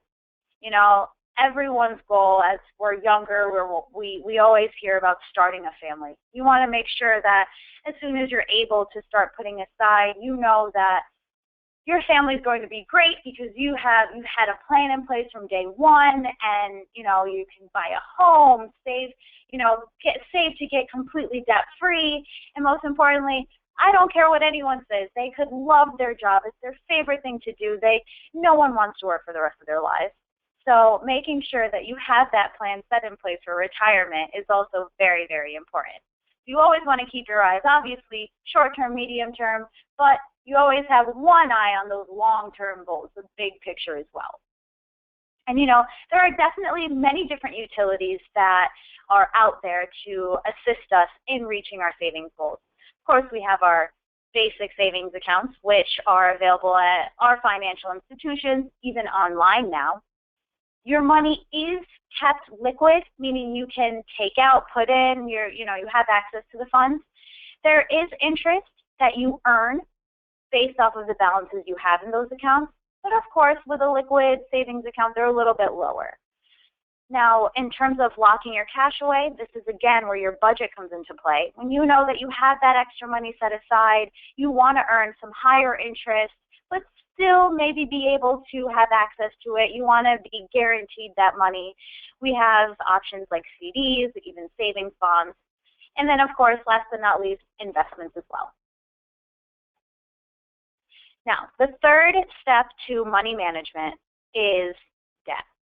Now, of course, debt has a very negative connotation to it, but I want everyone to know that we need debt. We need debt to survive. Debt is an investment into our future. Not all debt is bad. As long as we have a handle, we have a plan, and it's in our budget on how to use it as a tool. So different examples of good debt, I wouldn't be here today if it weren't for student loans. Student loans are, again, it's an investment in me to be able to get an education, me to be able to learn and to be able to be where I am today. Of course, the roof over our heads, mortgages. Without a mortgage, that's the bank assisting us to be able to own our homes. Vehicle loans to be able to drive our cars. Emergency credit cards. Things happen. Unfortunately, there are what are called unexpected expenses. To know that we have this line of credit available to us to help us out to get out of that, that's what's important. And of course, personal loans as well. Again, good debt, it helps us get to the next level, get to the next step. But as they always say, too much of a good thing is a bad thing. You run into the problem when it comes to bad debt. Bad debt is when you start utilizing debt to purchase things without a plan to repay. So again, going back to the wants versus needs example. Let's say, the new phone just came out and I want it right away. I take my credit card, I go to the store, I'm spending, $500 on that credit card. I'm walking out with a brand new iPhone 7. I'm so excited, downloading my apps, playing around, and then my bill comes in the mail to pay my credit card. Well, I just borrowed $500, and this is saying my minimum payment's only $35. That's great. I pay $35, I move on, I get another bill. And then I start paying attention. A credit card is also known as a revolving debt. What that means is that you have very high interest that you're paying towards whatever it is that you borrowed, because nothing is for free. So that $35 that I just paid towards my $500 that I owe, only a portion of that is really going to that $500. A larger portion is going to the interest that the bank is charging me for borrowing that money. What gets us is when we continue to utilize those credit cards to buy things that, it's not really a need, it's a want, to buy things that we never really started to plan for, we didn't budget for, because now the more we get in that habit, the more and more that we just get deeper and deeper into a black hole of just repaying and high interest rates and just battling that to get ourselves out. We need to make sure, again, it goes back to you want to make sure you're managing your debt. You're spending what you're spending. You're handling what you can handle. Wants versus needs. Now that we discussed, money management, the 3 steps to money management, I leave you all with staying financially fit, the 3 big things to take away. 3 big things: assets and liabilities. It's very important for us to know our worth. Assets are everything we're bringing to the table. So, the money that we have to our name, checking, savings, any sort of hard assets like vehicles, mortgages, our homes, our investments, anything like that. And understanding your liabilities, which is, what do we owe? What do we owe other people? If you subtract your assets from your liabilities, that's your net worth. You want to make sure that your net worth is positive.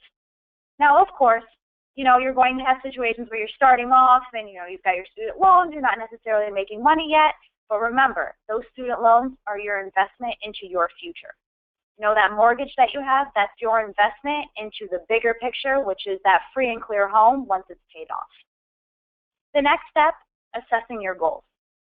We all make goals, but we need to plan to get there. Making realistic goals, setting realistic expectations, and working to those goals. It's what we do our whole life in different areas. We set goals to be number 1 at our job. We set goals to be the best in our classes. There's no reason why, when it comes to our financial picture, we shouldn't be setting goals and getting them done, reaching them as well.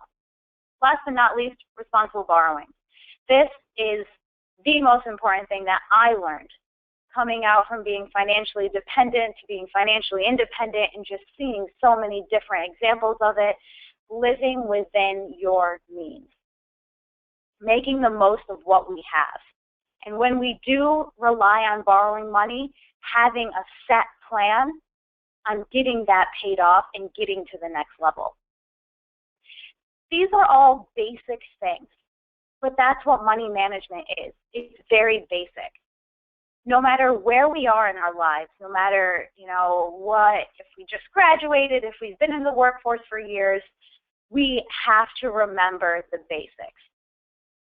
I want to wish you all the best of luck, and thank you again to the Global Leadership Coalition for the opportunity to speak to you all today as well. All right, thank you. That was very, very helpful for all of us here, and I'm sure everyone around the globe appreciates that knowledge as well. It's so important to have strong financial skills from a really early age and really building that foundation into your future, so you are able to also create businesses in addition to being personally financially sound. So we have at least one question, and if anybody else has a question, please do type it into the GoToMeeting window, and we're going to go ahead and start with the question we have here in New York. Hi, Sahir. Thank you again. The first question is you were talking about responsible borrowing and staying within your means and the different kinds of debt, the good debt and bad debt. Now, if you can just talk about if you do get into a lot of debt, and let's say it's not necessarily good debt, but also bad debt, if you do end up with a lot of debt, what would be your steps? What do you do? What are the responsible preliminary steps to start digging your way out of that? Thank you so much for the question. So there's, again, taking it step by step. It all comes down to the budget, and it all comes down to understanding what, we briefly spoke about interest rates and what type of debt it is as well, and having a plan to tackle everything one by one. Personally, what I recommend when it comes to higher interest rates, you want to try and get those paid off as soon as possible first. Because, of course, those you'll see your revolving lines of credit with higher interest rates, your credit cards, and so on and so forth. And getting rid of those, paying those off sooner, you're able to pay more in lump sums towards what you actually borrowed, and less essentially is going to the interest rate as well. You're getting it paid off faster also. And then when it comes to your installment debts, which are like your mortgages and your auto loans and everything where you have a fixed payment, you have a fixed interest rate, those you have already a picture in your mind of when that's going to be paid off. You already know that, in 5 years, 3 years, 10 years, whatever that time frame is, that's going to be paid off as well. It all comes down to having the budget and sticking to the budget.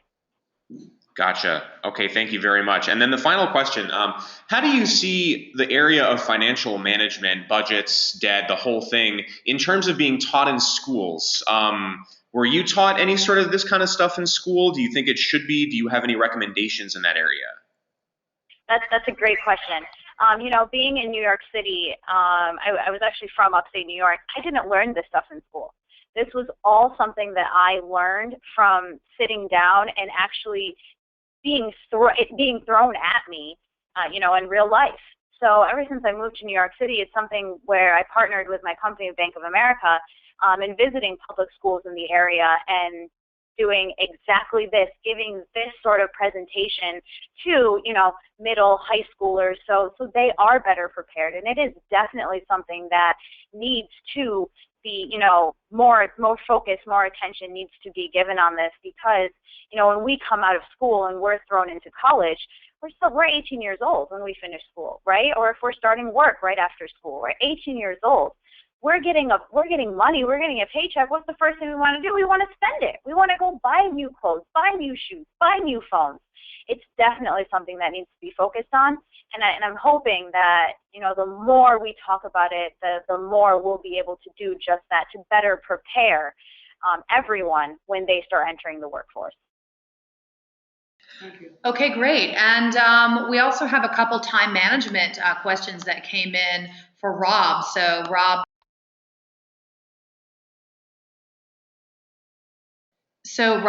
we wanted to ask you a couple, the first question, which is? Rob, yeah, if you're there, if you could unmute yourself, we do have a question for you, which is, college is obviously very challenging in terms of time management.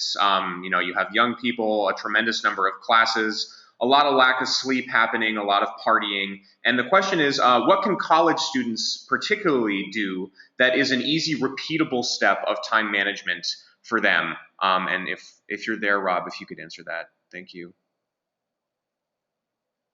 I'm not sure if he's actually with us right now. He might have stepped away. Well, we're going to give him just a second to see if he steps back to answer that question.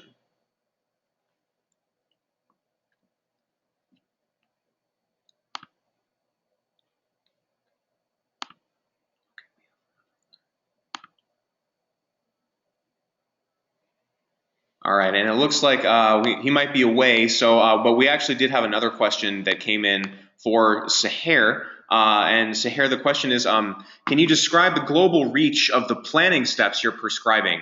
For instance, United States versus Pakistan, if you could speak to that a little bit. Seher, do we still have you with us? Yep, I am still here. Sorry about that. No problem. Muted. So, Max, do you mind just repeating the question for me one more time? Of course. This actually comes from Aaron Grossman. The question is, can you describe the global reach of the planning steps you're prescribing? For instance, the United States versus Pakistan. Of course, definitely. So, when it comes to, for example, Pakistan versus the U.S., priorities are very different. So first and foremost, understanding everyone's individual priorities and starting with a plan that way. When I was growing up back home, excuse me, I would see, growing up versus growing up there versus growing up here, we start, my cousins and everything, they start working at a very young age because, they don't move out of their homes like we do here in the U.S. They stay in their homes with their families all the time. Once they get married, they move off on their own, so they start contributing to the household right away. Here in the U.S., it's a little bit different. It's encouraged that you get a job when you're 16, 17 years old. It's not as common as it is there. So first and foremost, no matter where it is, globally, internationally, it's understanding what the community priorities are and setting your goals based off of that. All about planning. It all comes down to planning. The Awesome. basics of they relatively stay the same in terms of, what your plan is and everything, but your priorities are understanding first. Wonderful. Thank you again, Seher, for all of that information. That was tremendously helpful. Okay, great. Well, thanks both to Sahara and Rob for bringing us some incredible skill building skills. finances, and time management. The next piece of our event is to talk about the entrepreneurial challenge, and we're going to hand the mic over to Mary. Okay, great, everyone. Let's move along, and we're now going to be hearing in a few minutes from one of the winners of the Caribbean Entrepreneurship Challenge. But just before that, I just wanted to tell you a little bit about the challenge that the Global Leadership Coalition entered into in partnership with 1M1B Foundation, who we heard from yesterday, and the Caribbean Center of Excellence for Sustainable Livelihoods. And just remind us of the context in which we are operating. I just want to go back to that context that I presented earlier with a youth bulge with 1.8 million young men and women between the ages of 18 and 24 for the first time in the history of the world, and a context in which 40% of the world's unemployed are young men and women. And also a world in which it is expected that 60% of the urban population will be young men and women between the ages of 18 and 24 by the year 2030. And a world in which quality education is inadequate for a large proportion of the people. And a world in which we are seeing the impact of marginalization of young people on the world, on them, and on a sustainable future for us all. So, as I said earlier, the Global Leadership Coalition has a vision of having a new brand of leader that is socially conscious and entrepreneurial and connected to their communities and contributing to the transformation of their communities. And in our discussions, we've seen that there's plenty of opportunity. That's one of the things that the Youth Bulge offers. It offers opportunities for young people to be innovative and to create solutions that can contribute to the sustainability of our world. So in this context, the Global Leadership Coalition promotes both leadership and entrepreneurship and sees leadership as being integral to entrepreneurship. And our vision and our purpose dovetail very neatly with the vision of 1M1B Foundation, which has the view of scaling up opportunities for creating jobs. Our vision also coincides with that of the Caribbean Center of Excellence for Sustainable Livelihoods that has an extensive network across the Caribbean and also promotes leadership and entrepreneurship. One of the things in looking at promoting the Caribbean Entrepreneurship Challenge was also another vision of the Global Leadership Coalition as far as the Caribbean is concerned, and that is to have a Caribbean that is united. So inside of the opportunities for transformation of the Caribbean, there is that vision of seeing the Caribbean as a market that goes beyond our individual countries of 200,000 or 2 million here to a market of 40 million. So opportunity abounds. And we have seen in the discussions around entrepreneurship that there's been a growth in looking at what entrepreneurship means and what it means to be entrepreneurial. So it's not just in the business sense, but in the social sense, within corporations, having characteristics, and we talked a little bit about that yesterday, of being entrepreneurial, taking new actions that would make a difference. So with this in mind, we embarked on our partnership last year, and we launched the Caribbean Entrepreneurship Challenge in cooperation with the Caribbean Center of Excellence for Sustainable Livelihoods. And the process involved requesting proposals to be submitted. One of the things that we intentionally did was to look at what were the challenges within the Caribbean and within CARICOM, and to select focus areas that had potentials of relevance to the Caribbean. And so we chose the areas of agriculture, sustainable livelihoods,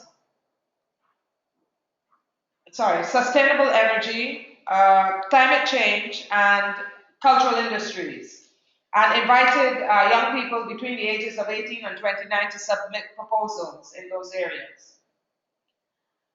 We then assembled a group of judges drawn from the Caribbean to shortlist, and we had 70 applicants, and we had 26 young people participate in boot camp.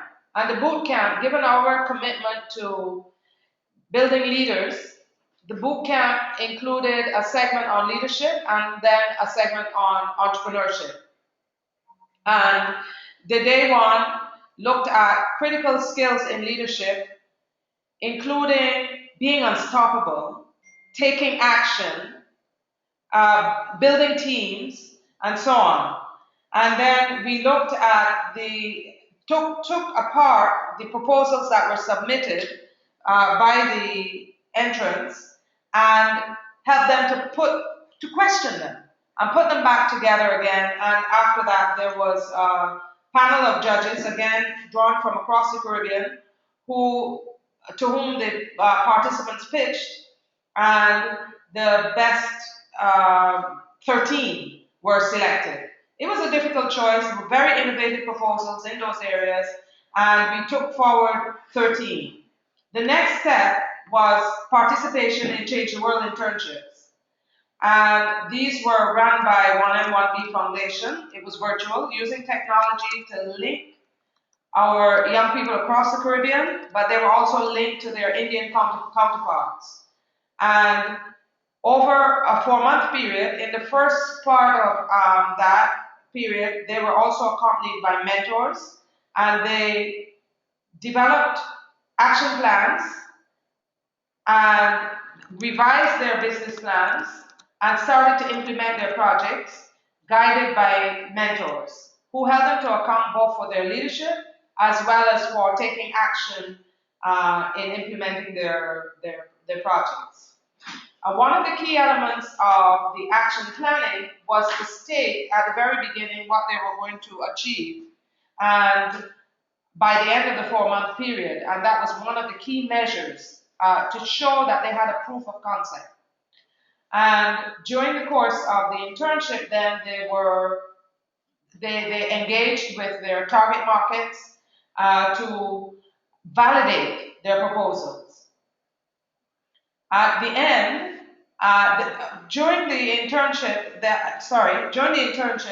they also were required to engage in a mandatory online training, in the course of which they developed their business models further. They refined their business plans based on feedback that they received from their target markets, and they also refined their costing, and they were able to give evidence that their project was viable. On this basis, then we assembled a group of international judges drawn from both the Caribbean and elsewhere, who then selected the winners.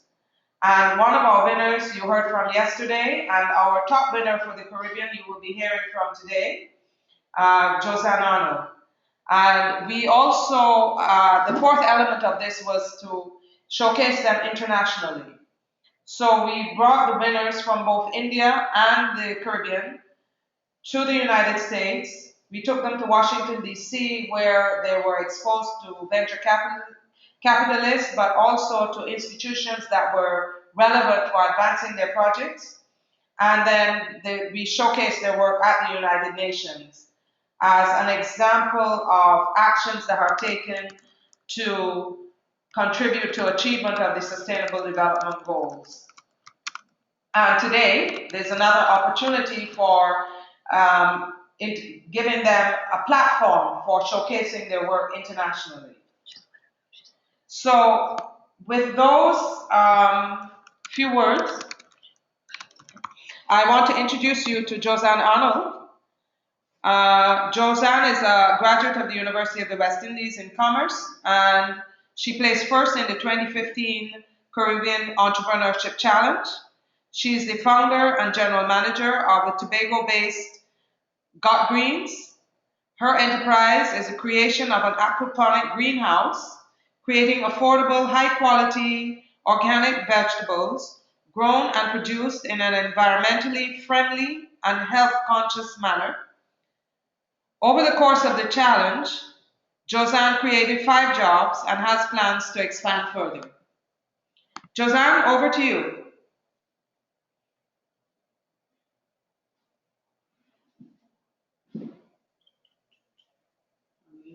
Josanne, can you hear us?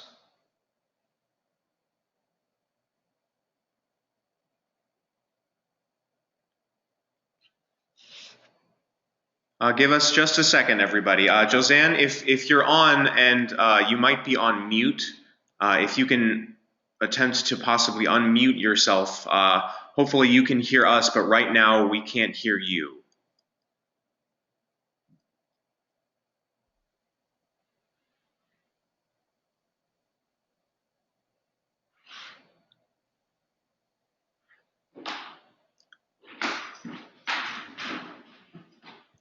Okay, so while we wait for Josanne, so it was a rather exciting experience. Okay. All right, a rather exciting pilot in the Caribbean, and it was very rewarding to see what innovative and creative young people that we have. The projects they are engaged in are amazing. And we see the potential for these young leaders to emerge and take the skills that they're developing in being entrepreneurial, unstoppable, as a gateway to creating a future that will give us hope. Uh, one of the benefits that we saw is that they were all able to learn by doing, at the same time acquiring entrepreneurial skills and leadership and innovation skills. And they were also able to network among each other, but also network globally. With those 3 words, let me see if we have Josanne. Yes. Okay, great, Josanne. Welcome. All right. All right. So good day to everyone. As I was introduced, my name is Josanne Arnold, and I am the founder and owner of a company called God Greens, which means Greenhouse Organic Technology Greens, and it is a healthy food service business in the island of Tobago. I'm just making sure, is everyone hearing me?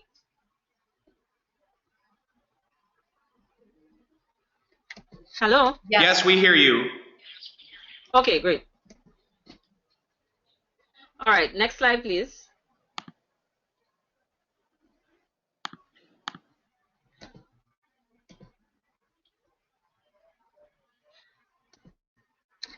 So in 2012, I began doing research into food production when I realized there was a lack of local organic food producers on my island of Tobago.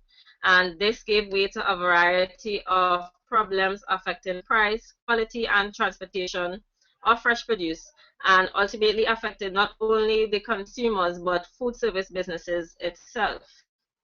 So during my research, I realized that the Caribbean was collectively suffering from problems of a declining agricultural industry, very high food import bills, and the global consequences of climate change.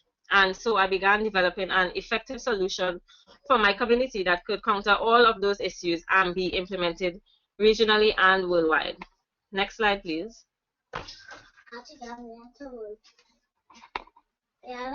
So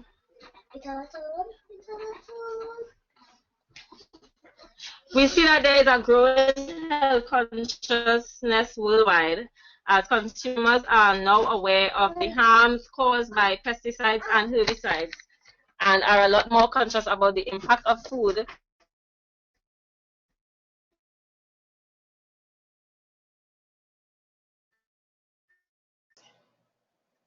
Josanne, did we lose you? Sorry, everyone. We're having a little bit of technical difficulties with the audio. Josanne, we lost you for a second, so we're going to give this just a moment and see if you come back on. Can you just let us know if you're here?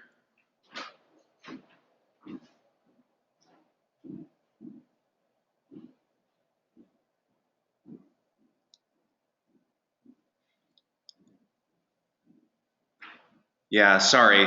Josanne, we're still not able to hear you.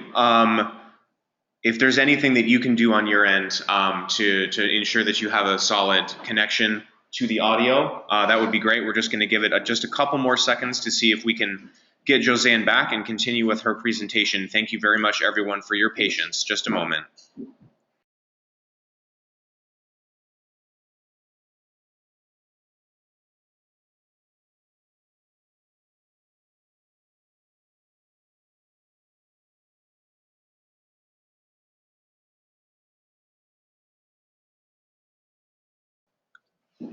Okay, so I'm going to continue reading Josanne's presentation, and if she comes back on, we will bring her back.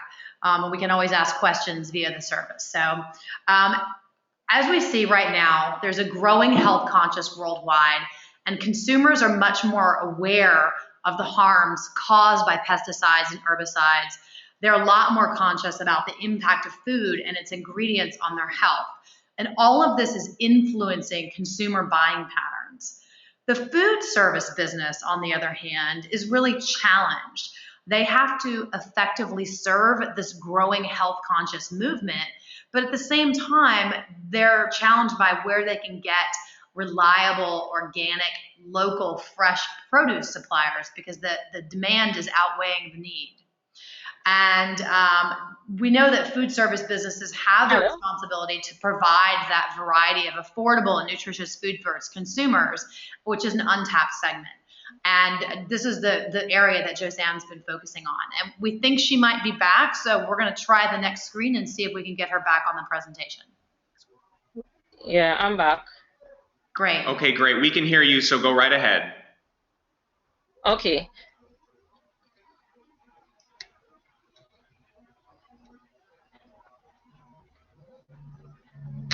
So my business is based on the technology called aquaponics. And during my research, I fell in love with the idea of aquaponics because of its far-reaching advantages and possibilities compared to traditional soil agriculture. Aquaponics is the combination of hydroponics and aquaculture, whereby you use fish waste as an organic food source for plants, and the plants act as a filter for the water which the fish live in. It's an ecosystem of its own, needs no pesticides, and it has better quality, size, taste, shelf life, and productivity when compared to traditional soil agriculture. Because it's recirculating and an ecosystem of its own, it uses 99% less water than conventional agriculture and has zero environmental impact. It also grows more produce, 3 times faster than conventional agriculture, in a smaller space, and is basically the answer to food production worldwide. So I started doing my own little system at home, which you can see in the picture on your right. That was like my first home aquaponics system, and I received training at Friendly Aquaponics in Tennessee, and then I began to do bigger systems as my prototypes, and I engaged in value engineering. I entered the Caribbean Entrepreneurship Challenge because I saw it as a means of furthering my passion for entrepreneurship, as it gave me the opportunity to really develop my idea into a sustainable business model, to network and to develop leadership skills. Most of all, the challenge gave me the opportunity to engage the world through initiatives such as the United Nations in an effort to promote nutritious, safe, and affordable food production across the globe. So initiatives such as these and the challenge has basically helped me to develop a sustainable and profitable business model and to move my idea into reality. Next slide, please.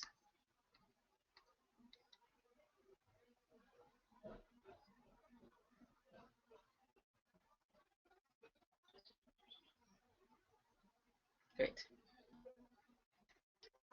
So what is the big idea behind Got Greens? We are aiming to be a producer and distributor of locally grown organic and exotic produce items and value-added products for food service businesses via a wholesale grow-to-order web platform.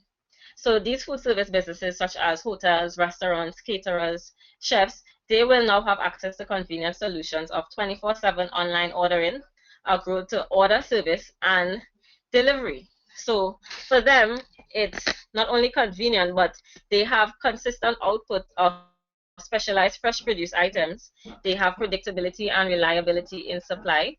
They have cost, quantity, and spoilage control through our customized growing.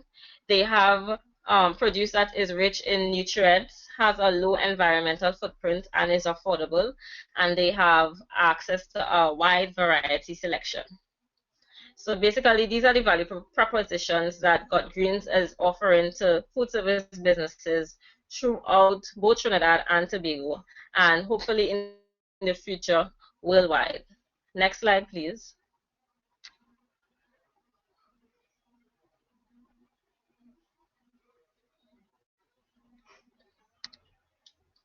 So after the initial stages of the Caribbean Entrepreneurship Challenge, we began a pond aquaponics system, and we're hoping that with the necessary funding which we're gaining right now, we are hoping to get to the stage of a really huge aquaponic facility, which is in the next slide.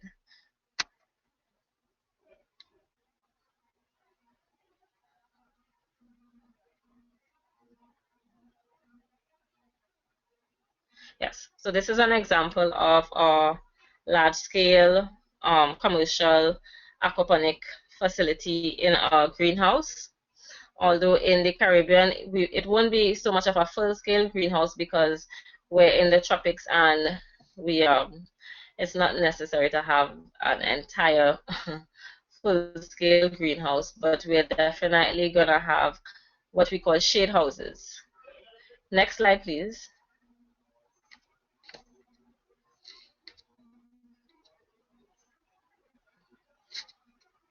Okay, so what do we have planned for the future? We plan to expand from the pond aquaponics system, as I said before, into a large-scale commercial aquaponic facility. We plan to have an eco classroom whereby we promote education and awareness on aquaponics and sustainable agriculture. And then we are going to engage in agritourism. So because Tobago is a tourism-oriented society, we're going to have like do tours, we're going to do classes for the tourists as well, and hopefully gain some revenue through those means. And then we want to have a research facility so that graduate students have the opportunity to do agricultural research on the farm and to further technology in agriculture from aquaponics to whether it's aeroponics, and they can basically use by us as a research facility and also do internships. Also, we would like to develop a Caribbean agri-product fest and develop an organic salad and beverage cafe in the future, all as a part of our agritourism initiative. So, next slide.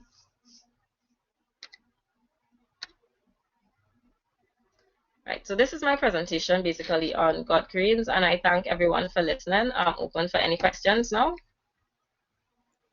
Yes, we have some questions here in New York. So there's a lot of interest in what you're doing. It's really exciting and interesting. What we're curious about is if an individual wanted to, in their home, start to experiment and start to create this kind of an aquaponic setup, how would you do that? How would you go about doing that on a smaller scale? Well, there are home aquaponic systems. There are really small ones. There's a lot of information on it on the internet. There are a lot of companies in the States actually that sell home aquaponic systems if you don't want to build one from scratch. But you can also learn to build one because a home system is really simple. Basically, you have a fish tank and you have a grow bed, and you just learn how to set it up. You can read up on the little things in terms of, because it's basic agriculture still, so you learn on the seeds and your plants, and you take care of your fishes, you buy food. So it's basically aquaculture and agriculture both on a small scale. So there's a lot of information on it in America actually on the internet, and there's a lot of home aquaponic systems on sale to my knowledge in America. We unfortunately in the Caribbean don't have anyone selling aquaponic systems right now. Is this something that's so common that I could say go on to like an Amazon.com or something like that to purchase a setup, or is it something that I'm going to have to research and create something custom? It is something common that you could actually go on. I'm not sure about Amazon, but you can definitely Google home aquaponic system and get one. It's probably going to be a lot cheaper to build one for yourself, though. I actually think that these systems being sold are very expensive. Yes, I can imagine. That's I think true of everything. So I'm curious, when you first started doing this, like what are the pitfalls? What are the things that were challenging that you had to learn how to do well in order to make it successful? Okay, at first, for me, was getting my system right. As easy as it looks, and even if you follow all the instructions, there are still the little technical things that you may not be aware of that can cause your system to not be growing any plants. And at first, I went through that for a while, and when I did the training, I learned so much more about the system and about nutrients, that when I came back home, I was able to correct everything that I did to my system, and then I started to get plants. So getting training is definitely a plus instead of trying to figure everything out. Another thing is because aquaponics is so capital intensive, if you don't have funds, um, it's gonna be it's a bit costly to set up because you need other than building the system itself, you need to get tests. You need to test for nitrates, for nitrites. You need to keep your pH balanced. Then for us in the Caribbean, we don't have access to vegetable seeds. So for me, I have to bring in my seeds. And I also have to pass through all the certifications. We have to get like a phytosanitary certificate or import certificate. And it's actually costly to get a phytosanitary certificate. So there are a lot of things that you learn going along the way with aquaponics, but it's a fun journey. Okay, it really sounds fun. We do have a question that's coming in from Sarami, which is, what are the investment costs specifically, and how long did it take you, or how long would it take someone to get a return on that investment?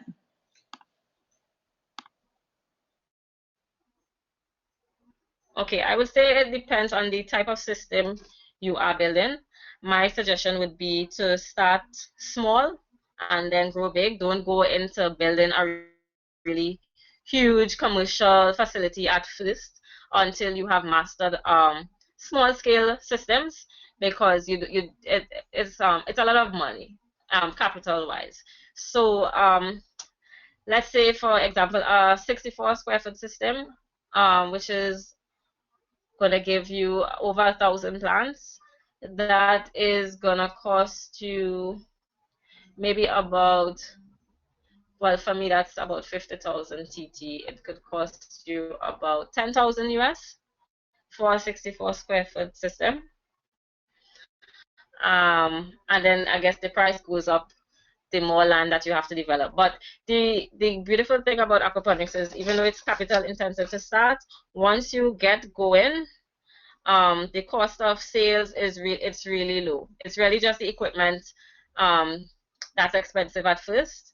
Other than that, you're just basically feeding fish, sowing seeds, and you do test maybe once every 2 weeks after a while once your system is correct. So you're not spending a lot of money on tests anymore. So it comes down to be really economic in the end. So I think you can get a return on your money within a year to a year and a half actually. But that's also dependent on the size of system that you go into. The bigger you get, some people build really huge greenhouses, huge aquaponic systems. Of course, the return for them would be it will take a longer time. But I think if you are smart economically and you start small, it won't take more than a year to start making back the money that you would have invested. Thank you. That was a wonderful answer. We have another question from Hannah in Suriname, and she asks, does an aquaponic system require a specific kind of fish? No, it doesn't. It doesn't require a specific type of fish. You can use from goldfishes to koi to tilapia. Most people use tilapia because they use the aquaponics as a means of selling both the fish and the vegetables. For me, I'm focusing solely on the vegetables because we have a lot of persons already doing aquaculture by itself in my country. So I decided to focus on vegetables alone, but usually people sell the fish and the vegetables, so they use tilapia. And also because tilapia is a very hardy fish and it could take a lot of bad water conditions and stuff, people tend to use tilapia more because they're sturdier fish. But no, it is not restricted to any type of fish. If you're doing a small home scale system with your normal fish tank, you can use your goldfishes. What's really important is the fish waste, which you're going to be using as the organic food source. That's what you really need. So you need a fish that gives you a lot of fish waste on a daily basis and that is strong. So we recommend tilapia.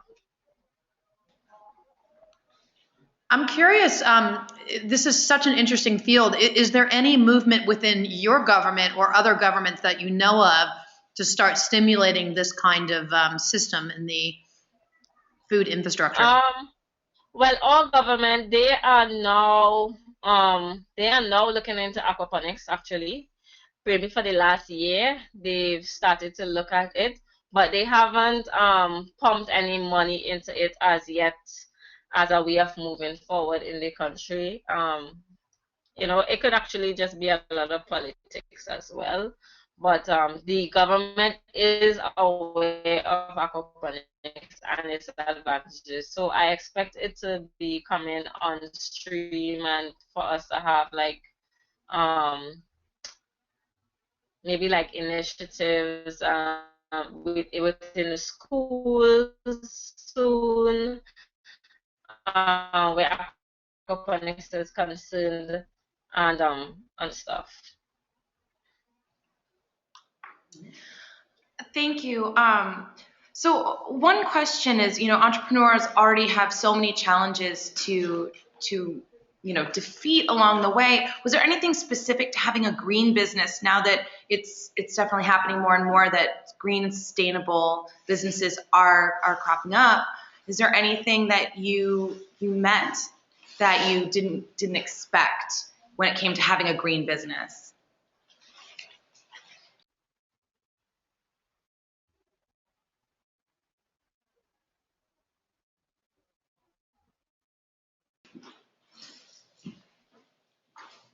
Josanne, are you still there?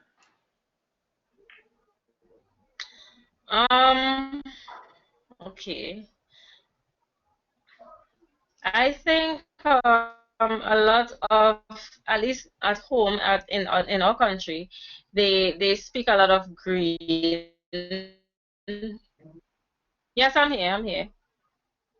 You heard me? Yes, Hello? yes, we can hear you now. Thank you. Please continue. Hello?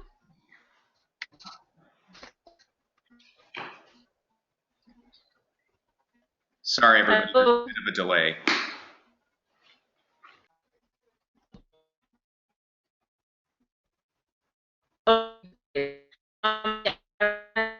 Trinidad and Tobago, yeah, we speak a lot about but there aren't many initiatives or financial subsidies or any persons that are actually involved in green businesses. Um, Other than that, it's really hard for a young person that doesn't have a lot of capital to receive funding of any sort, whether for a green business or not. It's a challenge in getting a green business off the ground. And because in Trinidad and Tobago we have oil, um, people aren't so much focused on the green economy right now because it's not important, I guess, for us here. So promoting green, it's all good in talk, but I won't say that people are willing to go the extra mile and pay extra money for anything sustainable presently here. Maybe in the future when they start to think that the oil is running out, they'll be more focused on that. So it's a bit of a struggle in getting everyone on board. Okay, great. Well, thank you so much, Josanne. That was really, really interesting, and thank you everybody for who wrote in with questions. That was a really interesting discussion, and I think most importantly, just a fantastic example of a young entrepreneur who saw a need in her local community and created a business that not only will help her, but will also sustain the broader community. And as she spoke, this is a long-term play. So she's building up the business now. She's getting the infrastructure, getting the expertise, positioning herself within the marketplace.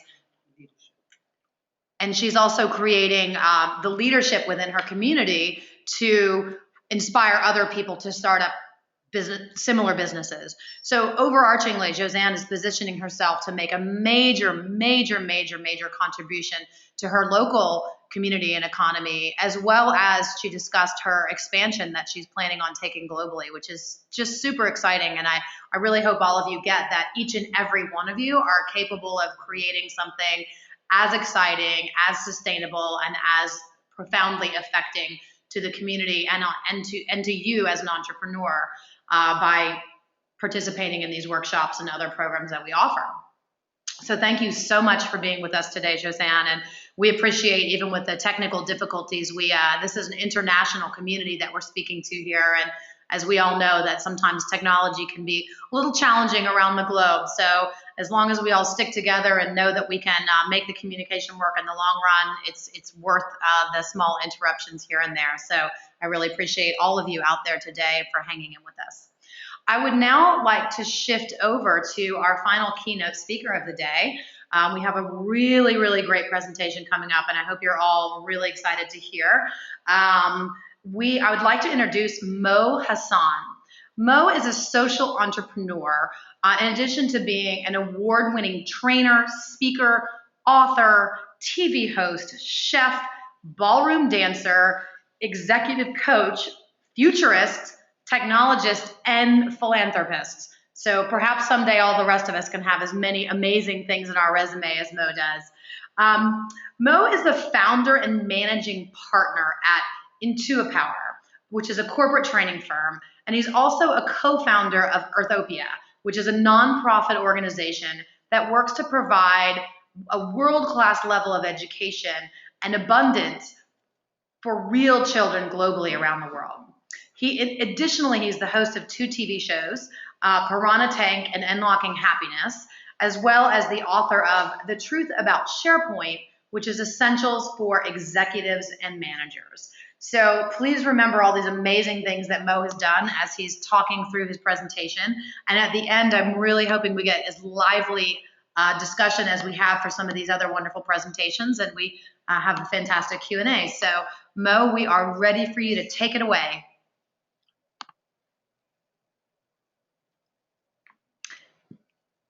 And we seem to be having, again, just a few technical challenges. So let's see what else. So while we wait for Mo to engage, I want to again remind you to take on the challenge of leaping. Listening not only to what the speaker is saying, but listening from your observations in your own environment and how what is being presented, not only in this speech, but all the others, impacts you. Engaging with those questions. Being in action. How can you be in action? And of course, participating in your community, but also participating in giving us feedback and suggestions. And I think that everything's all set and Mo is ready. Let's roll, Mo. Yes, I just want to confirm. Can everyone hear me okay? Yes, we can read you loud and clear, Mo. All right, excellent. So, everyone, thank you so much for this opportunity to come here and share with you today. Hopefully, it'll be some new information, or it'll be some exciting information to you. And I'd like to share just a little bit about myself, because I think it's important to know where I came from. And I don't want you all to think that I'm somebody that I'm not. I grew up in the United States. My family moved to the U.S. at the age of 6, or I was 6 years old. And when we moved here, we found ourselves relatively poor. My mom typically worked an average of 2 to 3 jobs at a time. And my education was pretty basic. It was pretty fundamental in what I learned in school. And I went through school trying my best, tried to get good grades, found myself bored often. And at some point in time, I realized that I had just lost interest in school. And I just want to iterate that I had just lost interest in school, but not in learning and not in education. And this kind of brings us to the point of what is the point of education? And I think if we're going to be talking about the future of education, it's very important for all of us to understand, why are we even involved in education? Why don't we let every new generation wake up and take on the world like it's brand new? Right? We keep trying to get kids to learn new things. So I want to shift your mindset around education from the what, right? We got to do this, we got to go to class, we got to get good grades, to really shifting the context of what is education. And as it says here on the slide, if we look at education from an information perspective, is information education? And if you take just the area of health and wellness, you'll find that most people around the world know a fair amount, especially here in the US. There's no shortage of knowledge and information about how to eat healthy, how to exercise, how to take care of yourself. Yet, for the vast majority of that people, having that knowledge makes no difference whatsoever. It does not alter the way they make decisions every day when they wake up. It does not alter their behavior in life. And so what I want to suggest to you is that information in itself is simply not education. It's simply information. But rather, education is something that leaves you transformed. Education is an experience that the result of which you don't do things the same way ever again. That's transformation. That's real education. If we alter the way that we operate as human beings in our day-to-day lives, that's where real education comes in. So I'd like you to just keep that in mind as we're chatting about evaluating education and looking at the point of education. Because the next part of that we want to ask about is, how do we then measure education? Many of you are currently in schools or have gone through schools where there have been a significant amount of testing, whether you're taking the SATs or as you go later on into university, there's a number of exams that you have to take to get through the process. But does that really say anything about the quality of education? I suggest to you rather that the state of the world speaks volumes on what the effectiveness of our current education system is. And what we can evaluate is we can evaluate how many of our species have access to food and water today. Like an abundance of real food and clean water. I ask you to look at how many people in our species currently are dealing with sanitation issues, what most of us in the modern world would consider a fundamental human right. How many people are missing that around the planet? And how many people find themselves living below the poverty line day in, day out? What I simply suggest to you is that if we look at us as a species, that our education system today is simply not up to par. And it's not only not up to par today, It's actually very far from being ready for the next generation, because technology has progressed in a way that school systems simply are not able to adapt. When I was growing up, through the 80s and 90s, the vast majority of the things that I learned in technology, I had to learn on my own or with my friends because that knowledge did not exist yet in a textbook. How could it? The typical turnaround time for curriculum from something being discovered as knowledge to actually ending up in a school book is anywhere from 3 to 20 years. Think about that for a second. From 3 to 20 years. That means that the average child in school that's learning about technology is already learning things that are obsolete. And this creates a major challenge for us. So if that's the case, we're still left with a lot more questions. And what if we were to look at education as a different modality altogether? It's sort of like, you used to do it this way, but boy, what if you could just look at something completely different? So one of the things that we work on quite a bit, and most of my students are adults. I do have a few younger people that are under 25, but the vast majority of my students are Ivy League educated, business executives, and business owners from all around the planet. And so we've been trying out some different approaches with this education because most adults, and some of you may be surprised, most adults are not happy sitting in a classroom having an instructor or a teacher talk to them or talk at them most of the time for hours on end because what they retain is very little.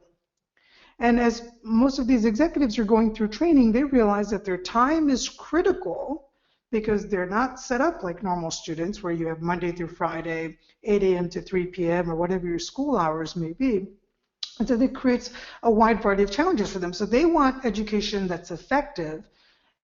And we've got some interesting things that we've learned about brain science that we now know in the last 2 years that we had no clue about for the last 20 years. I mean, we didn't know this stuff for the last 20,000 years. And as it says on the slide here, it's a fresh approach to pedagogy.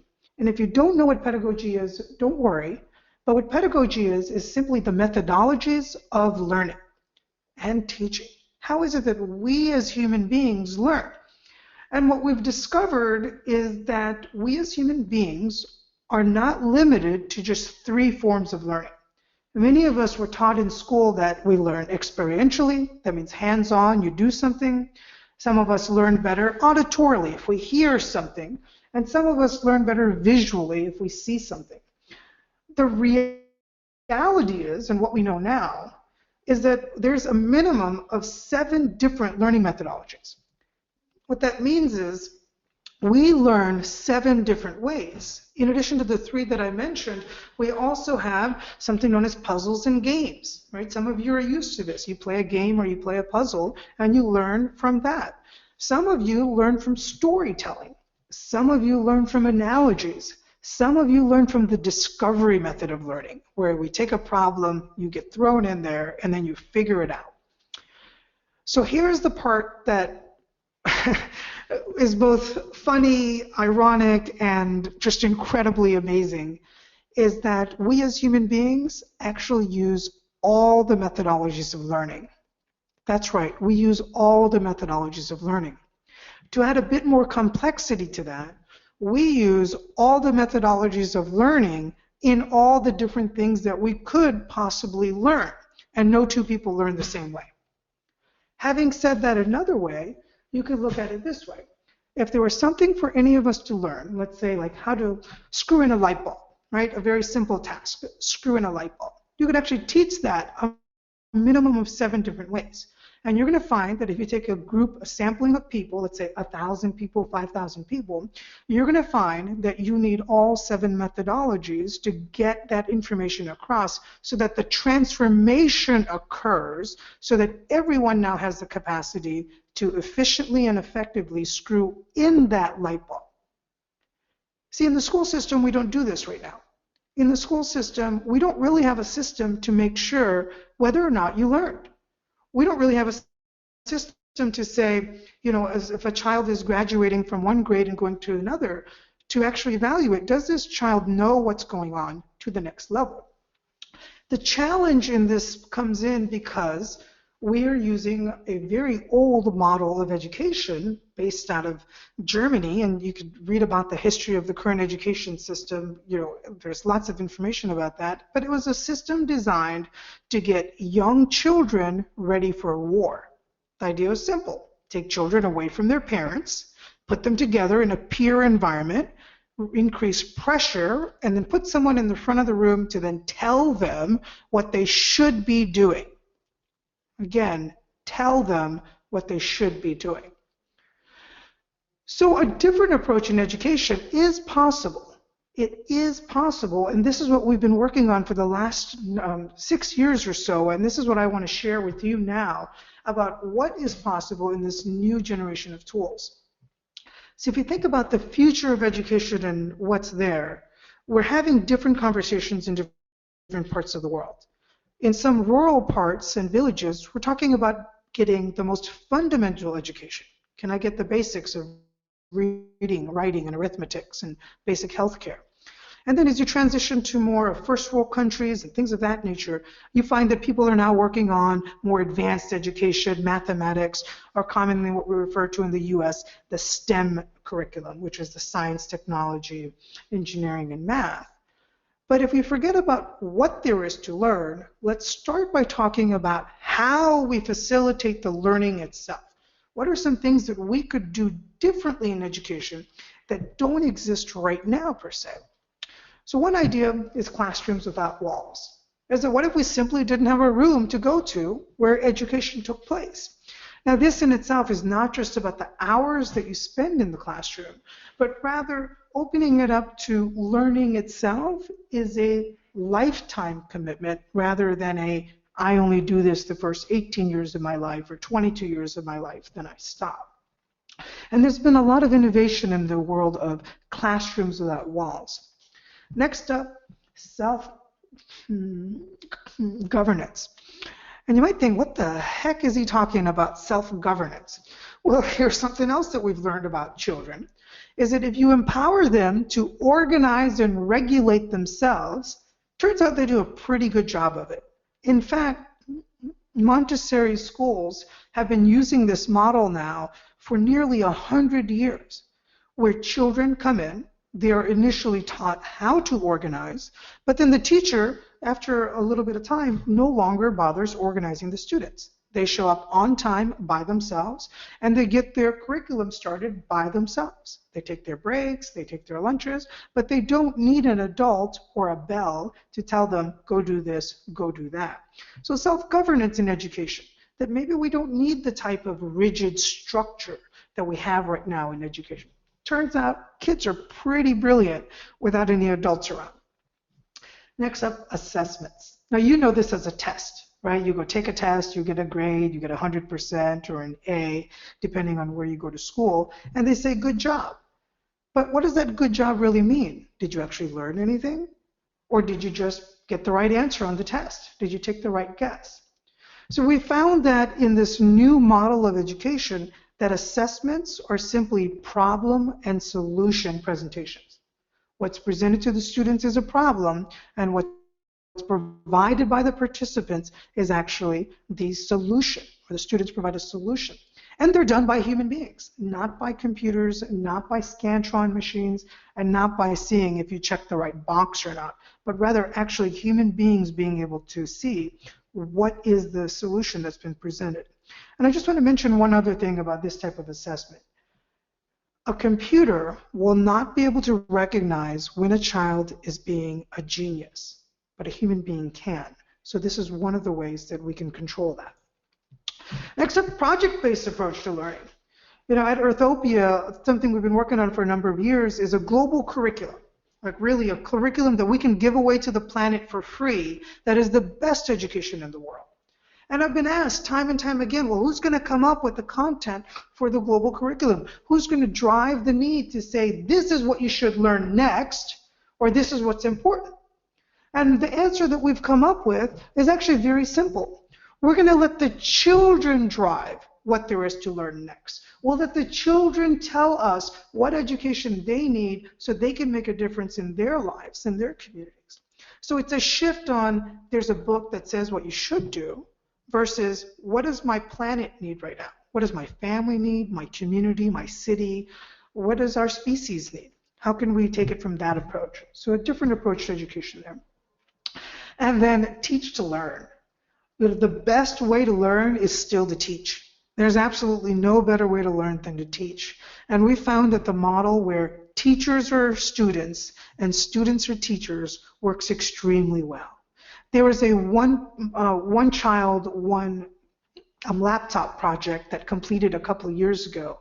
And I think the best lesson that they got out of that project when they ran out of money was they basically went into a village, dropped off a laptop, and then left without any instruction, without any directions.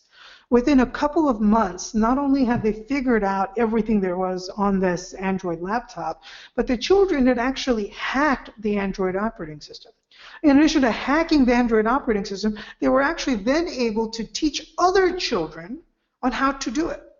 And this is what's amazing, is that if we unlock the minds of children, we can find that kids are actually really great teachers. So this idea of one teacher, one classroom is very limiting because you can actually have lots of educators in the same space. So another shift in the approach. And then finally, a global curriculum that's designed to adapt, adopt, and enhance in real time. The idea is that imagine we discovered something new in science in Asia in the morning, right? And then somewhere throughout the day, educators update the curriculum. And then later on in that same 24-hour period, that course is being taught in the United States, but the curriculum has been updated in real time. So this is what's possible as far as the facilitation goes, which is very different than the traditional model. So let's talk a little bit about the technology that's brand new that we haven't had before that we can now use to take advantage of some of these things as well. So the first thing is hacking everything. And some of you may be wondering why I'm using the term hack. And here I'm using the term hack to mean to use beyond its intended purpose. Right, to use beyond its intended purpose. So you can take something that was meant to do one thing, but then now turn it into everything else. See, hacking is only possible if we allow people the space to hack. If we allow people the space to say, here are the tools, what do you want to do with it? What do you want to create with it? Adaptive learning paths. Most of us have gone through school, our education looks like this. You go through grade 1, then 2, then 3, so forth and so on. You start off in mathematics with simple addition and subtraction, or maybe even counting, right? Then you go through addition and subtraction, then you go through fractions, and then geometry and algebra and calculus. Yet, what if we could customize learning for every child? Again, this is part of that idea of if you have a classroom, you're limited, but if we had classrooms without walls, now we could alter things so that every child gets the path that they need to then solve the issue. So it's adaptive based on the child, and usually we do the adaptive paths based on the assessment. So if you understood something, great, you move on. If you didn't, then you're going to get a chance to do it again using another method of learning. There's an assessment that's there. We talked about the facilitation of assessments. There's actually, we found that videos work really, really well to assess things, as well as actual problem solving. And there's a variety of tools that exist, and certainly if we have time during the Q&A, I'll be happy to go into some of those tools. And interactivity. You know, there used to be a time where the idea of online learning was to simply watch a video, more importantly, watch a boring video. And now we've found that there's all sorts of ways to engage users in both sound, video stimulation, as well as interactivity where you actually click and do, but not only click and do, but it's also engaging with other users. I want to make sure that all of you, when you think of the term interactive software, please don't think of it as just human being to machine, but rather human beings interacting, period. Because oftentimes the best interactive software has you interacting with other people. And that's a very important distinction there. And then gamification. This is where we've really seen the youth of our planet take off. earning a badge, earning an award, earning a ribbon, a medal, or something of that nature that's tracked in the system that shows, hey, you are really good at this, or you have achieved this award. But having gamification that actually matters, it's based on real achievements and not just, hey, congratulations, you logged into the system, so you get an award. But we found that children really appreciate getting these little badges of acknowledgement. And acknowledgement is something else that's missing in education in general because we don't really leave time for it, acknowledgement and feedback. And again, I'll be happy to take any questions during the Q&A to chat about that. But this is just to give you a brief overview of the shift in mentality of what's happening right now in education. Currently, the school systems are not prepared to do this just yet. So how is this possible? Well, we're starting off in two different arenas to bring this to life. The first is in the corporate world. In the corporate world, it's easy because we're no longer dealing with academia. People are now out of university, so now we have the freedom to redesign education any way we want, and so we're implementing these. The other place where we're implementing this is actually remote villages, and we're starting off in India. We did a trial project in Afghanistan as well, where we can bring this same level of technology, the same world-class education concepts, and bring it to village children. And so far, all the tests have shown that, well, they've shown that kids are a lot smarter than we've been giving them credit for a long time. And we've sort of limited how quickly people can learn in the current education system. What we're doing with this model is we're giving them the keys to their own brain and saying, go for it. Go and learn at any speed that you want. And then finally, collaborative learning. In school, when you look at your friend's piece of paper to see what answer they wrote on their test, we call it cheating, right? We call it cheating. Oh no, that's bad. Yet when you become an adult and you do the same thing, we call it collaboration, and it's applauded. In fact, not only is it applauded, I assert to you, I suggest to you that the biggest problem in business right now is the lack of collaboration. It's people simply not knowing how to work together. And I can tell you this, it did not start when they were an adult. This issue starts when you're a child because we're actually teaching kids not to work together. So this is another fundamental shift that has lifetime effects when it comes to people.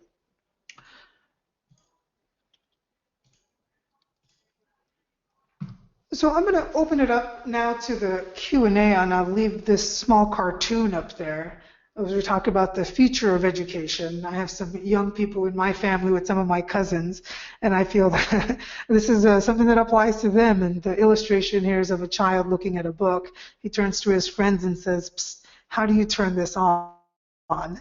And we sure have come a long way. So I'm going to go ahead and pause for a moment and open it up to any questions that you all may have. And I'll be happy to address all of those things. Mo, thank you so much for an incredibly interesting and insightful presentation. The first question is actually going to come from me. You had spoken about sort of assessments and testing and that whole thing, and I wanted you to talk a little bit more about the standardized testing system, especially here in the United States. Do you see opportunities for innovation in that atmosphere, or do you think they might have outlived their usefulness? Just speak a little bit about standardized testing in general. Sure. Well, first, I think it's important to understand that where the concept of standardized testing comes from. And standardized testing comes from this idea that we can measure human progress by taking a baseline measurement of their knowledge base.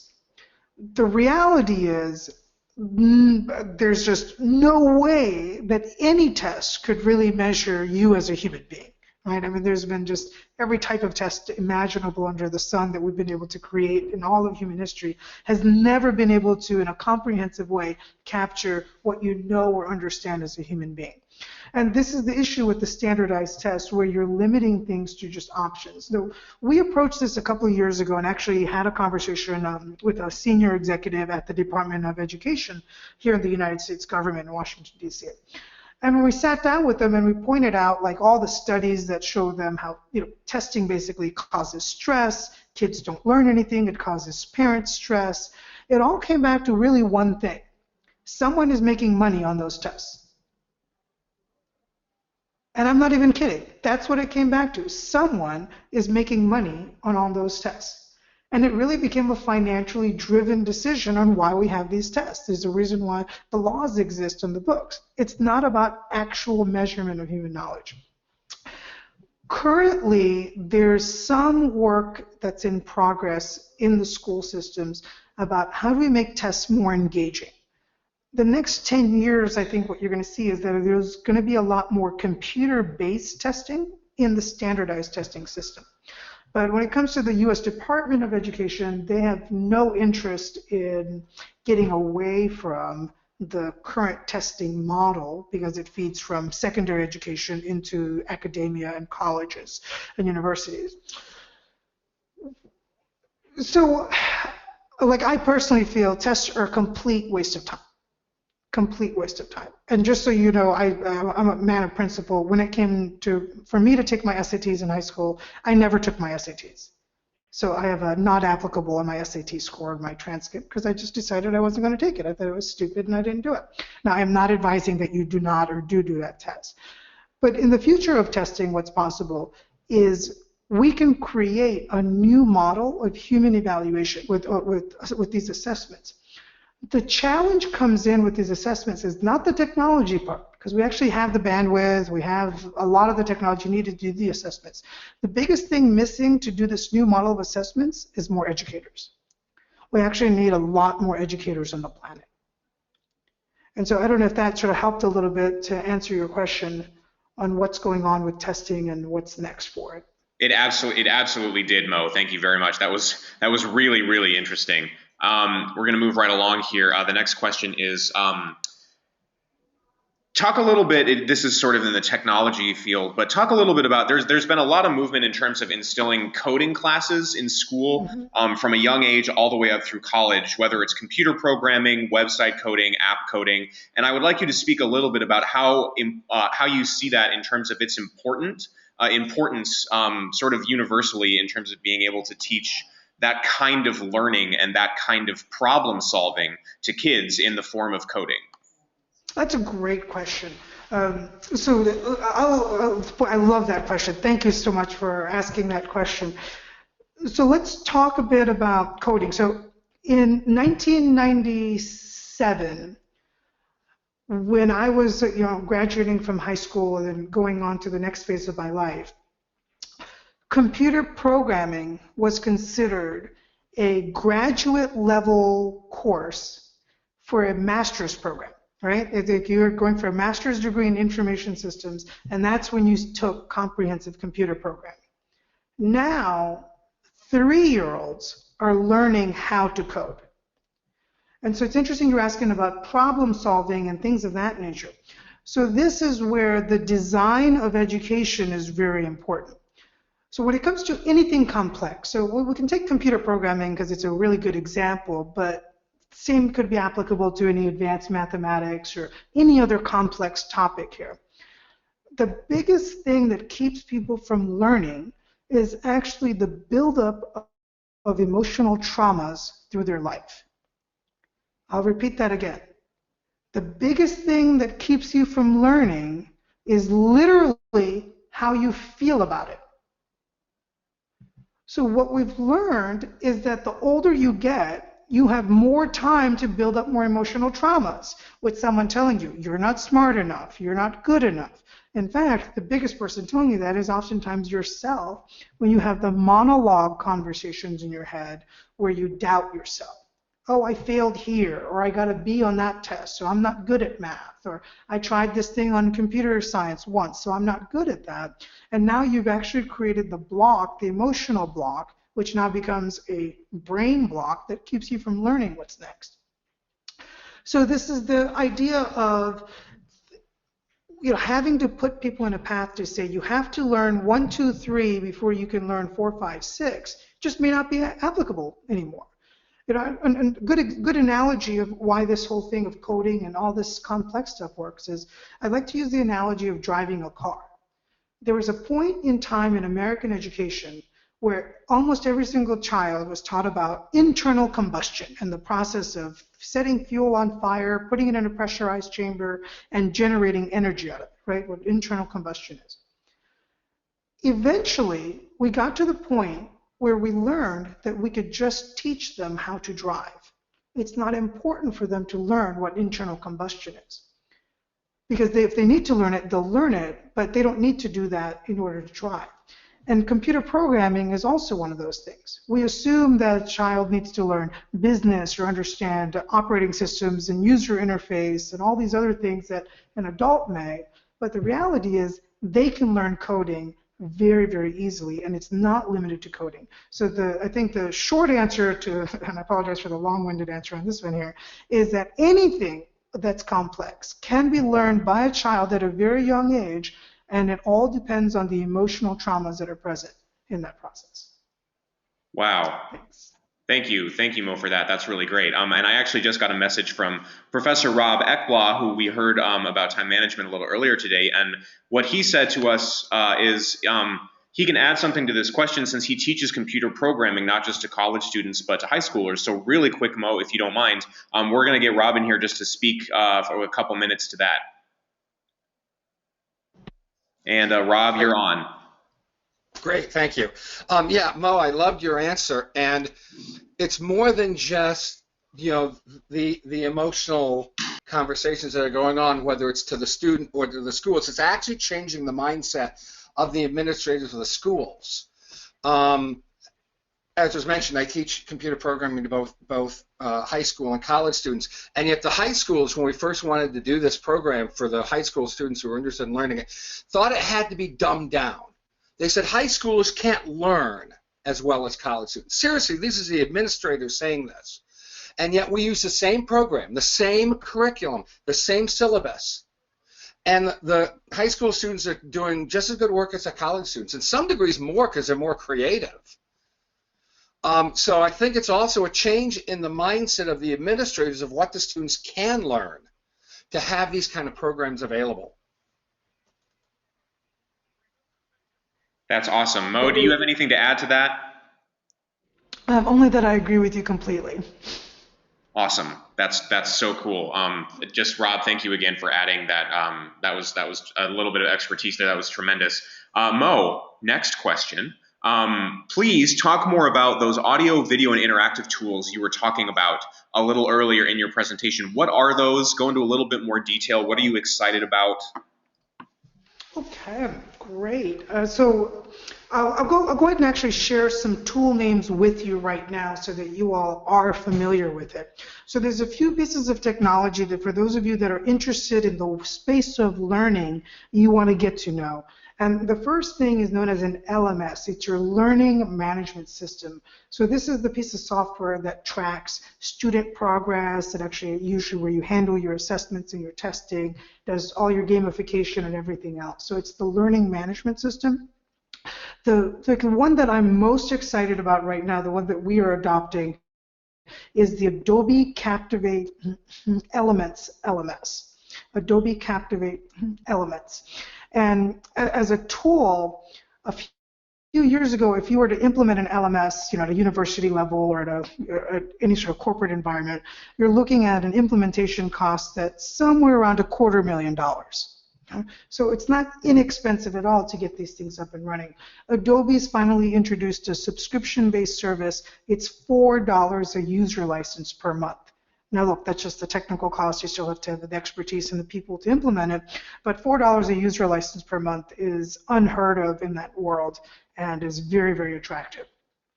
And so that's the learning management system. So what I like about this particular platform is the fact that you can do custom learning paths where, let's say that I'm learning how to work on a computer, right? We'll do something very basic. And maybe what I'm learning is how to join a web conference. So there's an initial module where I would go through about how to log in and authenticate. Then there's an assessment. Can I log in and authenticate? So the idea is that if I don't do well on that login and authenticate part, the software now redirects me, right, with an instructor's help, now redirects me to another path where I could learn about logging in and authentication using another learning methodology until I get it. So that's one thing that software can do. There's another authoring tool. There's basically two authoring tools that I want to talk to you about. The first one is Adobe Captivate 9, and as an e-learning tool, it allows you to build puzzles, games, software simulation, anything that you can code, anything you can program or imagine, you can do with this particular piece of software. And that's Adobe Captivate 9. It's great for quizzing and whatever else you want to do, playing all the little games along the way. There's another piece of the puzzle that's brand new, which is the adaptive e-learning piece. And there's only two companies in the world right now that are doing it. A company called Intel Adapt, which is a joint effort with MIT and Harvard. And Dr. Sunwalker is in charge of that, and they're focusing more on academia, on trying this out. The other piece of software is out of Australia from a company called Smart Sparrow, that's S-M-A-R-T, Sparrow like the bird, S-P-A-R-R-O-W. And Smart Sparrow has built a very fascinating adaptive piece that makes it really easy for educators to build this custom curriculum. The idea that information is fluid, and you can come in and, let's say in the initial assessment, you know 3/4 of it, great, the software will help you skip 3/4 of it and get right to what you don't know.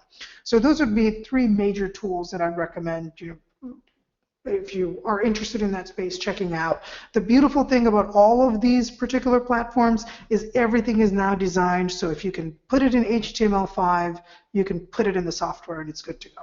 So HTML5 is really done. It's for those of you that are interested in the world of web development and progress in that arena, HTML5 is going to just change the way we work online forever. It's going to alter the intranet of things, and I think it already has in many regards. So that's a little bit about that. Hopefully that answers. Actually, as a follow-up, Mo, the Adobe Captivate 9, where you can build and code things like puzzles, games, interactive stuff. What age levels are we talking about in terms of who those things would be geared toward? The beautiful thing about the software is you can actually write a piece of software for a 1-year-old. So you could literally design games and puzzles that they could do on an iPad or any Android tablet with touchscreen and build those elements in, all the way to very complex systems from engineering schematics. I've seen some very interesting things happen where people that are learning heart surgery can actually have a 3D model, and in the software they make a slice with an electronic blade so they can practice. So the level of complexity is end to end. Wow, that's really incredible. And you're saying that it's really just an ability and a knowledge of just pretty standard coding that enables you to do all of that. Yes. In fact, I would say that most of the tools that are built into Captivate are really just click and drag. It's in that traditional what you see is what you get model. And then if you want more complex simulations and things of that nature, like a heart diagram, for instance, where it is a full 3D model and you could turn it and then slice it, then turn it again and slice it again, that requires a far more expanded programming. But the only limitations really are the imagination of the people that are creating the content. Very cool. Can you speak at all to the level of availability of these kinds of tools in countries around the world, particularly developing countries? So this is where the challenge comes in quite a bit. As long as you have high-speed internet access, you're going to find that the vast majority of these tools work really well for you. So Smart Sparrow is all hosted. When you use their authoring program, it's done through a browser. Adobe Captivate 9 does install in your machine locally, so you can work offline, but the learning management system does require a solid internet access so that you can do everything else in it. But as far as the authoring goes, if you use just Adobe Captivate 9 and you didn't need the advanced functionality of Smart Sparrow, you can work offline. And I would also recommend for those of you that are in academia or affiliated with a nonprofit, a lot of these organizations will give you a big discount if you're in that world. I think that's really good to hear. Again, just thank you. That was really, really informative. And then also, if you can speak for a little bit longer about the gamification section of your presentation, how it's being used to really innovate in education from universities all the way down. Okay. Sure. So the idea of of where this started, where you can see gamification in action right now, I'd say one of the best examples is an app called um, Yelp, Y-E-L-P, and we use that here in the US, and it's available in many countries now, and there's lots of applications like it where people check in when they go out to eat at a restaurant or visit a hotel, and based on the check-ins and the number of reviews and feedback that they provide, they earn a badge. And so as they achieve more, they earn another badge and another badge, so forth and so on. And there's a wide variety of applications that do this. Right now, there's only been a few test models of this particular platform that are happening at universities. And most of the tests are still very young. Well, I would say the vast majority of my cohorts would say the data is still indecisive to say that accurately we know that it's X percentage effective. What we are very clear on is that every experiment that's been done so far is actually proving that kids of all ages, and I really need to eliminate kids here, I should say human beings of all ages, respond very well to gamification. So it's the elementary school and pre-K, in that age 4 through 12 period, let's call it, like that age demographic, we found that if we include the gamification around fun and the rewards are based around achieving fun, that kids accelerate rapidly. And notice I said reward them for having fun, not like being tortured or getting an A on a test.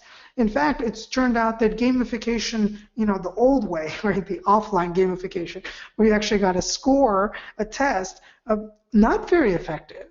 Not very effective at all, because in school we're saying, look, you got an A, but then someone else, you got a fail. And it's that the way we identify that process creates a challenge. As soon as you shift away from making children wrong or making them feel bad about a lack of achievement, that gamification goes up quite a bit. In universities, the shift goes from a little bit more fun to a little bit more of like achievement. Is there a project that I've done where I did something great, good, I got something for that. And so we found that the kids in that demographic of like 16 to 22 like achievement more as the core of their gamification awards. And then what's weird is that when you go over 40 in adults, they go back to fun. When you go over 40, then they want to be recognized again for having fun. And we haven't really studied that many of people in their 20s and their 30s because they just haven't come up in our studies. So it's kind of weird that we like fun, then we go to achievement, then we go back to fun. But gamification can be designed around anything. And the idea is not be negative, and it's got to encourage people. And it doesn't need any other awards with it. Like the badge itself, even electronically, is enough. There doesn't need to be a monetary prize or anything else to go with it, or an actual physical prize either, like a trophy.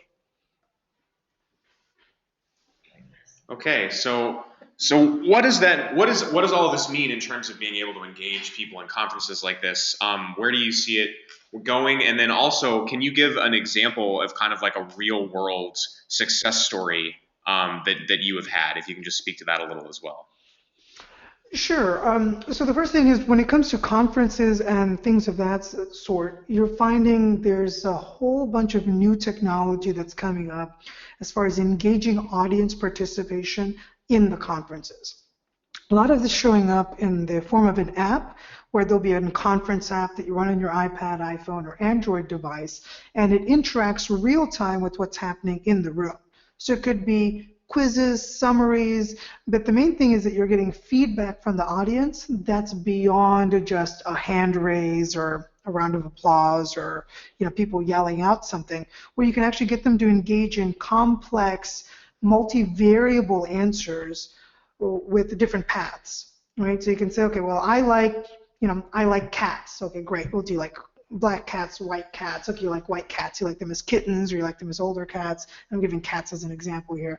But you can dig down deeper. So a lot of interactive tools I've seen in various conferences. A friend of mine from Harvard actually runs a platform where that's all they do is they build this tool for conferences and meetings.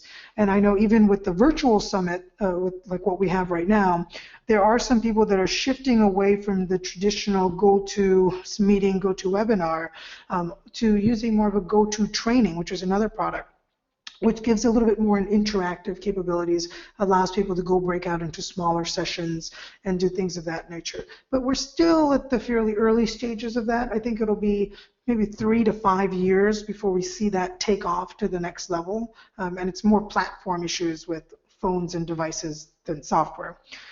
As far as successes that we've had with gamification and using the custom learning paths, it's been in the world of business training. Particularly, there's a product that I have a lot of expertise in called Microsoft SharePoint.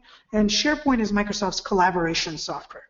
If you think about Office as productivity, Word, Excel, PowerPoint, where you go get things done, SharePoint is then where you share that work with your colleagues and you collaborate with them so you can edit documents together, save files, and do a whole bunch more. It's used by 80% of Fortune 500 companies, yet less than 2% of the user base understands SharePoint. Again, 80% of Fortune 500 companies use it, less than 2% of the user base actually understands the software. So what we're doing in our experiments is we've been doing gamifications around functions in their job rather than functions in their software.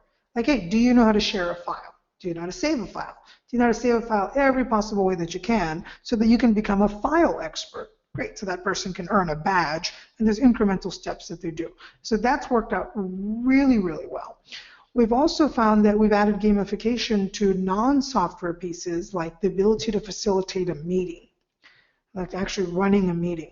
And for those of you that are young, one of the biggest challenges that you run into, especially in the corporate world, is people run meetings that are very, very long.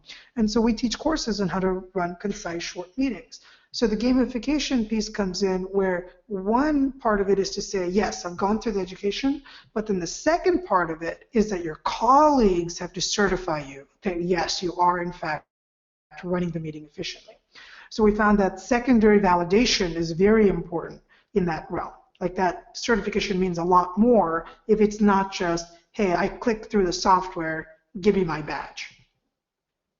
Awesome. Awesome, Mo. And then really quick, just to wrap up in terms of feedback from the rest of the audience, Hannah from Suriname, again, has been wonderfully active in terms of adding value questions here. And she just had a comment. She says, Mo's presentation is complementary to that of Nadav yesterday, and the team has added value to the presented education topic, a lot of value. So just thank you again, Mo, for everything that you have added today. It's been a tremendous, tremendous opportunity here, being able to take so much of your time and listening about all these different innovations and initiatives. So thanks again for joining us. You're welcome, and thank you. And here's my information here in case any of you would like to connect. I would love to connect with you. Perfect. So everyone can take a note of that. And again, thank you, Mo. You're welcome. Thank you all. Okay, well, thank you everyone. We're now coming to the final phase of our conference, and we will do a bit of a wrap up first. And I am going to let Kristen kick off with wrapping up from today's presentation. So Kristen, over to you. Great, thank you, Mary. So what I was really struck by today is this idea of that you talked about at the beginning, which is the youth bulge, how we have 1.8 billion 18 to 24-year-olds, and 40% of them are unemployed. So we have both a challenge and an opportunity. And I believe that everything that was talked about today are really solutions to those challenges and opportunities for taking that powerful group of people and turning this 40% unemployment into the people that end up changing the world and making it the world that we want to live in and the whole entire world to be a better place. This is the first time in history that this has happened. I also was really interested in a lot of what Linda was talking about early on. Linda was talking a lot about how important it is to not only think about climate change because it's going to potentially create 100 million poor people, but also because it's a real opportunity for us to jump in and start figuring out really creative solutions to change our economy from an oil-based economy that's essentially destroying the earth and taking away from the earth into an economy that creates new modes of production, new modes of technology, and new sources of power that give back to the earth. And some of the really interesting things she talked about were wind, solar, things like public transit were even brought up. Lots of different things were brought up by the audience, and including the idea of creating power from the local geothermal, things like that. So really interesting possibilities, a lot of things that can happen. And I want to jump in here because I recently attended a conference on entrepreneurship, the Caribbean Entrepreneurship Week, where there was a project that was presented which was converting oil into energy. So opportunities abound, and therefore it is the creative energy, as some of our other speakers have talked to, that will allow us to discover what's possible. Exactly. And that conversation ended on a really great note, which is the idea of taking these new forms of energy and these new forms of production and making them part of an ecosystem that works across the entire community. And we talked about a couple different examples around the globe where, for example, solar energy is part of a larger solution for creating sustainable communities. So really exciting stuff happening in that space, and a lot of opportunities for the youth of today in this 1.8 million 18 to 20 billion 20. Thank you. That number is so big, it's just hard to even wrap your head around. 1.8 billion 18 to 24-year-olds around the globe. So it's an opportunity for jobs and an opportunity for change. We next moved into our skill building sessions, and we heard some really great things from Rob Ekbla. The thing that struck me the most was really this idea of how to be powerfully effective, how to use your time and manage your time so you can get everything you need done, that you can eliminate disorganization and chaos from your day and from your life. But I think the most important and intriguing thing that Rob said was that when you're not organized and you don't manage your time effectively, there's this sort of seemingly softer cost of other people's opinion of you. And at the end of the day, that is really the most important thing to be aware of and to focus on. And who are you being in the world, and how much do people trust you and listen to you because you are your word, you do show up on time, you do say what you're going to do when you're going to do it. And the only way you can be effective is to implement a really comprehensive time management system like Rob talked about. The other component of our skills learning today was from Sahir Leone, and she talked a lot about personal finance. She talked about how do you create a pad for yourself to make sure that you are managing the finances that you have today, but also investing for your future. And she talked about how important that is on a personal level and how to connect that to what you're creating in the world in terms of your entrepreneurial business ideas. She also talked about that being applicable not only in the first world, because we tend to think that things live right here with us, but also in the third world. And she gave her example of relatives that she has in Pakistan. And that's really important. We are living in a world that is more urbanized, and the importance of being able to manage our money well, whether we are in a job where we are employed or whether we are, more importantly, whether we are entrepreneurs and creating our own jobs. So I found that an interesting aspect of the relevance of her talk, not only for people in the first world, but also people in the third world. We also then were able to hear from one of the entrepreneurs who's been through our program in the last year, and that's Shozanne Arnold. Shozanne talked a lot about her aquaponic business where she's creating and growing greens using this new technology. But not only is she growing these greens, she's actually taking this technology all around her home country, as well as other parts of the Caribbean and the United States and internationally. So she's created a business, but most importantly, she's creating community and knowledge share and taking the ideas of leadership and entrepreneurialism and self-empowerment and turning it into something that is a powerful force for herself, her community, and the world. And as Mary pointed out to us earlier, in her little corner of the world, the Caribbean, there's a real movement towards creating a united Caribbean. There's 40 million people there, and opportunity abounds. So you too can take these learnings in your corner of the world and create something that can affect a huge, huge amount of the population. We wrapped up the day with a really very inspiring, educational, and just super interesting presentation from Mo Hassan, where he really talked about how these new adaptive, enhanced learning systems and software technologies were transforming the world. He talked about how not everybody learns the same way. He talked about how traditional educational systems and traditional ways of learning are breaking down, but that there are so many other ways that you can learn. There's so many other ways that you can educate yourself. And what he really said that it really stuck with us was that the biggest obstacle to learning is really just how you feel about it. So understand that for yourself, understand that for other people in your lives. You can take on education in many, many different ways. And it's really all about taking advantage of what's available, taking advantage of what works for you, and building an educational foundation so you can be who you want to be for the world today. Is there anything else that you wanted to add in about Mo's wonderful talk? I thought, again, I was tremendously interested by all of these speakers.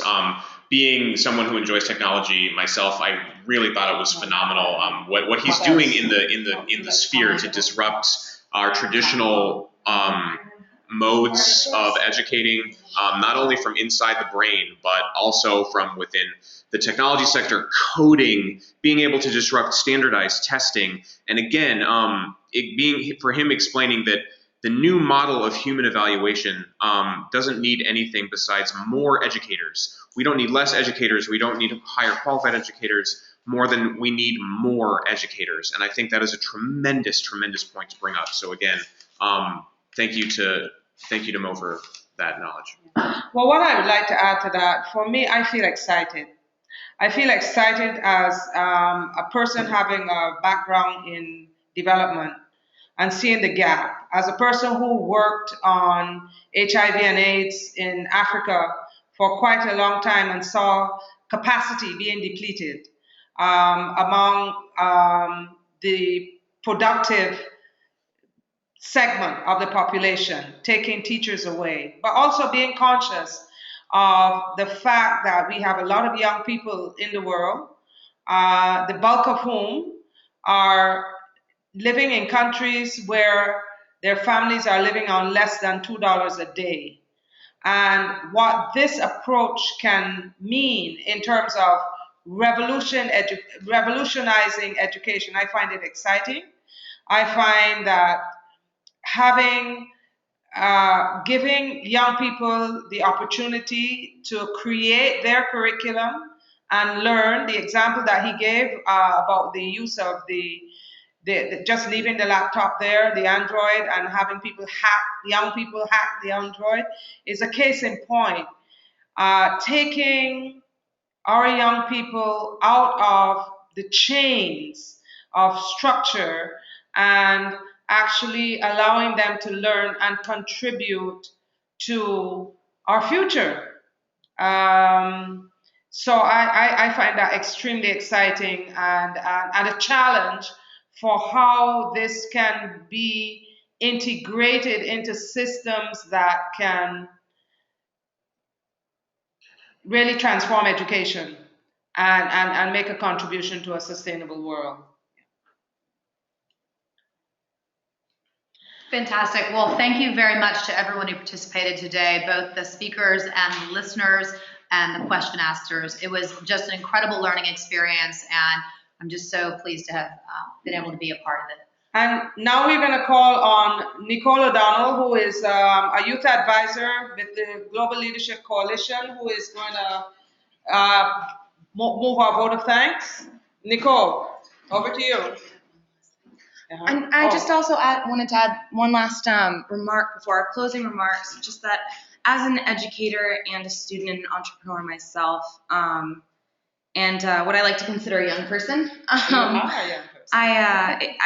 also very excited. This was not just informative, but also inspirational. And I think that the zeitgeist really is moving towards these global dialogues, and they're so important. And I'm honored to be here and be a part of it. So, actually, I should add to what Nicole said. I'm inspired that we had people from around the globe, from Asia, in India, from Africa, in Ghana, throughout the Caribbean, and right here in the United States. And this is our first, this was our maiden summit, and we intend to have this annually and to see our participation grow. And we will continue to engage with young people as we did for this first summit to find out what's important to them so that we can craft the summit in a way that allows our young people to have voice. And we will take on Mo's sharing about tools that are available that we can even further increase the interactive nature of our conference. We, of course, will be continuing to engage with you over whatever it is that is important to you through our website, and we will send you more information on how you can just drop in and share your ideas. We also are actually requesting you to contribute to Facebook and answer the following questions. Where do we have them? So the questions we want you to answer are, what were you inspired by today? What did you learn? The next question is, what will you do with what you have learned? We want to really hear not only what inspired you, but what action are you taking around it? And the third one is, what else do you need? We want to be responsive to you all and what you need out there. So let us know, what did you learn? What will you do with what you learned? And what else do you need? And please go on to our Facebook page for the Global Leadership Coalition and share your thoughts to those three questions. Nicole, over to you. Thank you, Mary. In closing, we here at the Global Leadership Coalition would like to extend a warm round of thanks and gratitude to all of you who made this event possible. We are so grateful to our passionate, committed speakers for taking the time to spread their breadth of knowledge over the past 2 days. Passing this baton of skills, values, and advice, it helps us build the resources for our young leaders of today and tomorrow, and generously model success for generations to come. And to all of our attendees, it was wonderful to have you with us on the first of what we hope to be a long line of virtual summits. Your enthusiasm, ambition, and dedication to increasing your leadership skills is what makes the GLC the organic entity it is, and one that is fueled by your presence and participation. Hailing from all over the world, each and every one of you, from speakers to sponsors to young participants, all of you help put the Global and Global Leadership Coalition, which allows us to extend the reach of these valuable educational tools to more and more countries. Beyond an organization, the GLC is a movement striving to support the ideas of young people and help eliminate the obstacles that stand in their path to success. So thank you again for joining us as we move towards a more powerfully led future and strengthen entrepreneurial endeavors the world over. Unfortunately, we cannot name everyone who has contributed, but we do want to specifically thank several people without whom this event would not have been possible. First and foremost, we'd like to thank Marcia Brandon and Manav Subodh for partnership and outreach, Donna Safara for being a mentor, a challenger, and a connector, Rosina Wiltshire for connecting us to the Caribbean Center for Policy and Development and who connected us to COESL, Ravi Karkara of UN Women in the World We Want, who inspires our action through his commitment to global youth development. Also to our strategic support and operations team, Kristen Ellington for being a dedicated supporter and passionate advocate, Matt Callahan for being our technical and marketing support system, Nicole O'Donnell for being a committed youth advisor and consultant. We also want to thank all the speakers, Monica Sharma and Mary Simmons on The World We Want, Manav Subodh on Change the World internships, Nadav Zamir on why and how we educate, Linda Vernoy on green jobs, Mo Hassan on adaptive enhanced learning, and our skill builders, Rick Brown on self-esteem, Marcia Chambers on public speaking, Kristen Ellington on project management, Rob Ekblaw on time management, Sahir Leon on financial literacy. All of the participants of the Entrepreneurial Challenge, and especially the top entrepreneurs featured in our program this weekend, Akshikata Shingla and Akshita. Thank you. Malvika Verma, representing Apurva from Boston, India. Harsh Agarwal, and Shreya Gupta, who are unable to attend from Sanjivani in India. Janet McLeod from Agro Central in Jamaica. Josan Arnold of Got Greens in Trinidad. Extra special thanks to Marcia Brandon, founder and managing director of COESL, Manav Subodh, co-founder of 1M1B, Mary Simmons, co-founder of the Global Leadership Coalition. Most importantly, we thank our loving families for being so understanding and generous as we take time and energy to create and support the Global Leadership Coalition and 1M1B. Thank you so much. Thanks, everybody. Please do check us out on Facebook and the globalleadershipcoalition.com website, where you can sign up to be on our mailing list and to hear more about upcoming events and opportunities for you to participate in our entrepreneurial challenge. Thank you and have a wonderful day.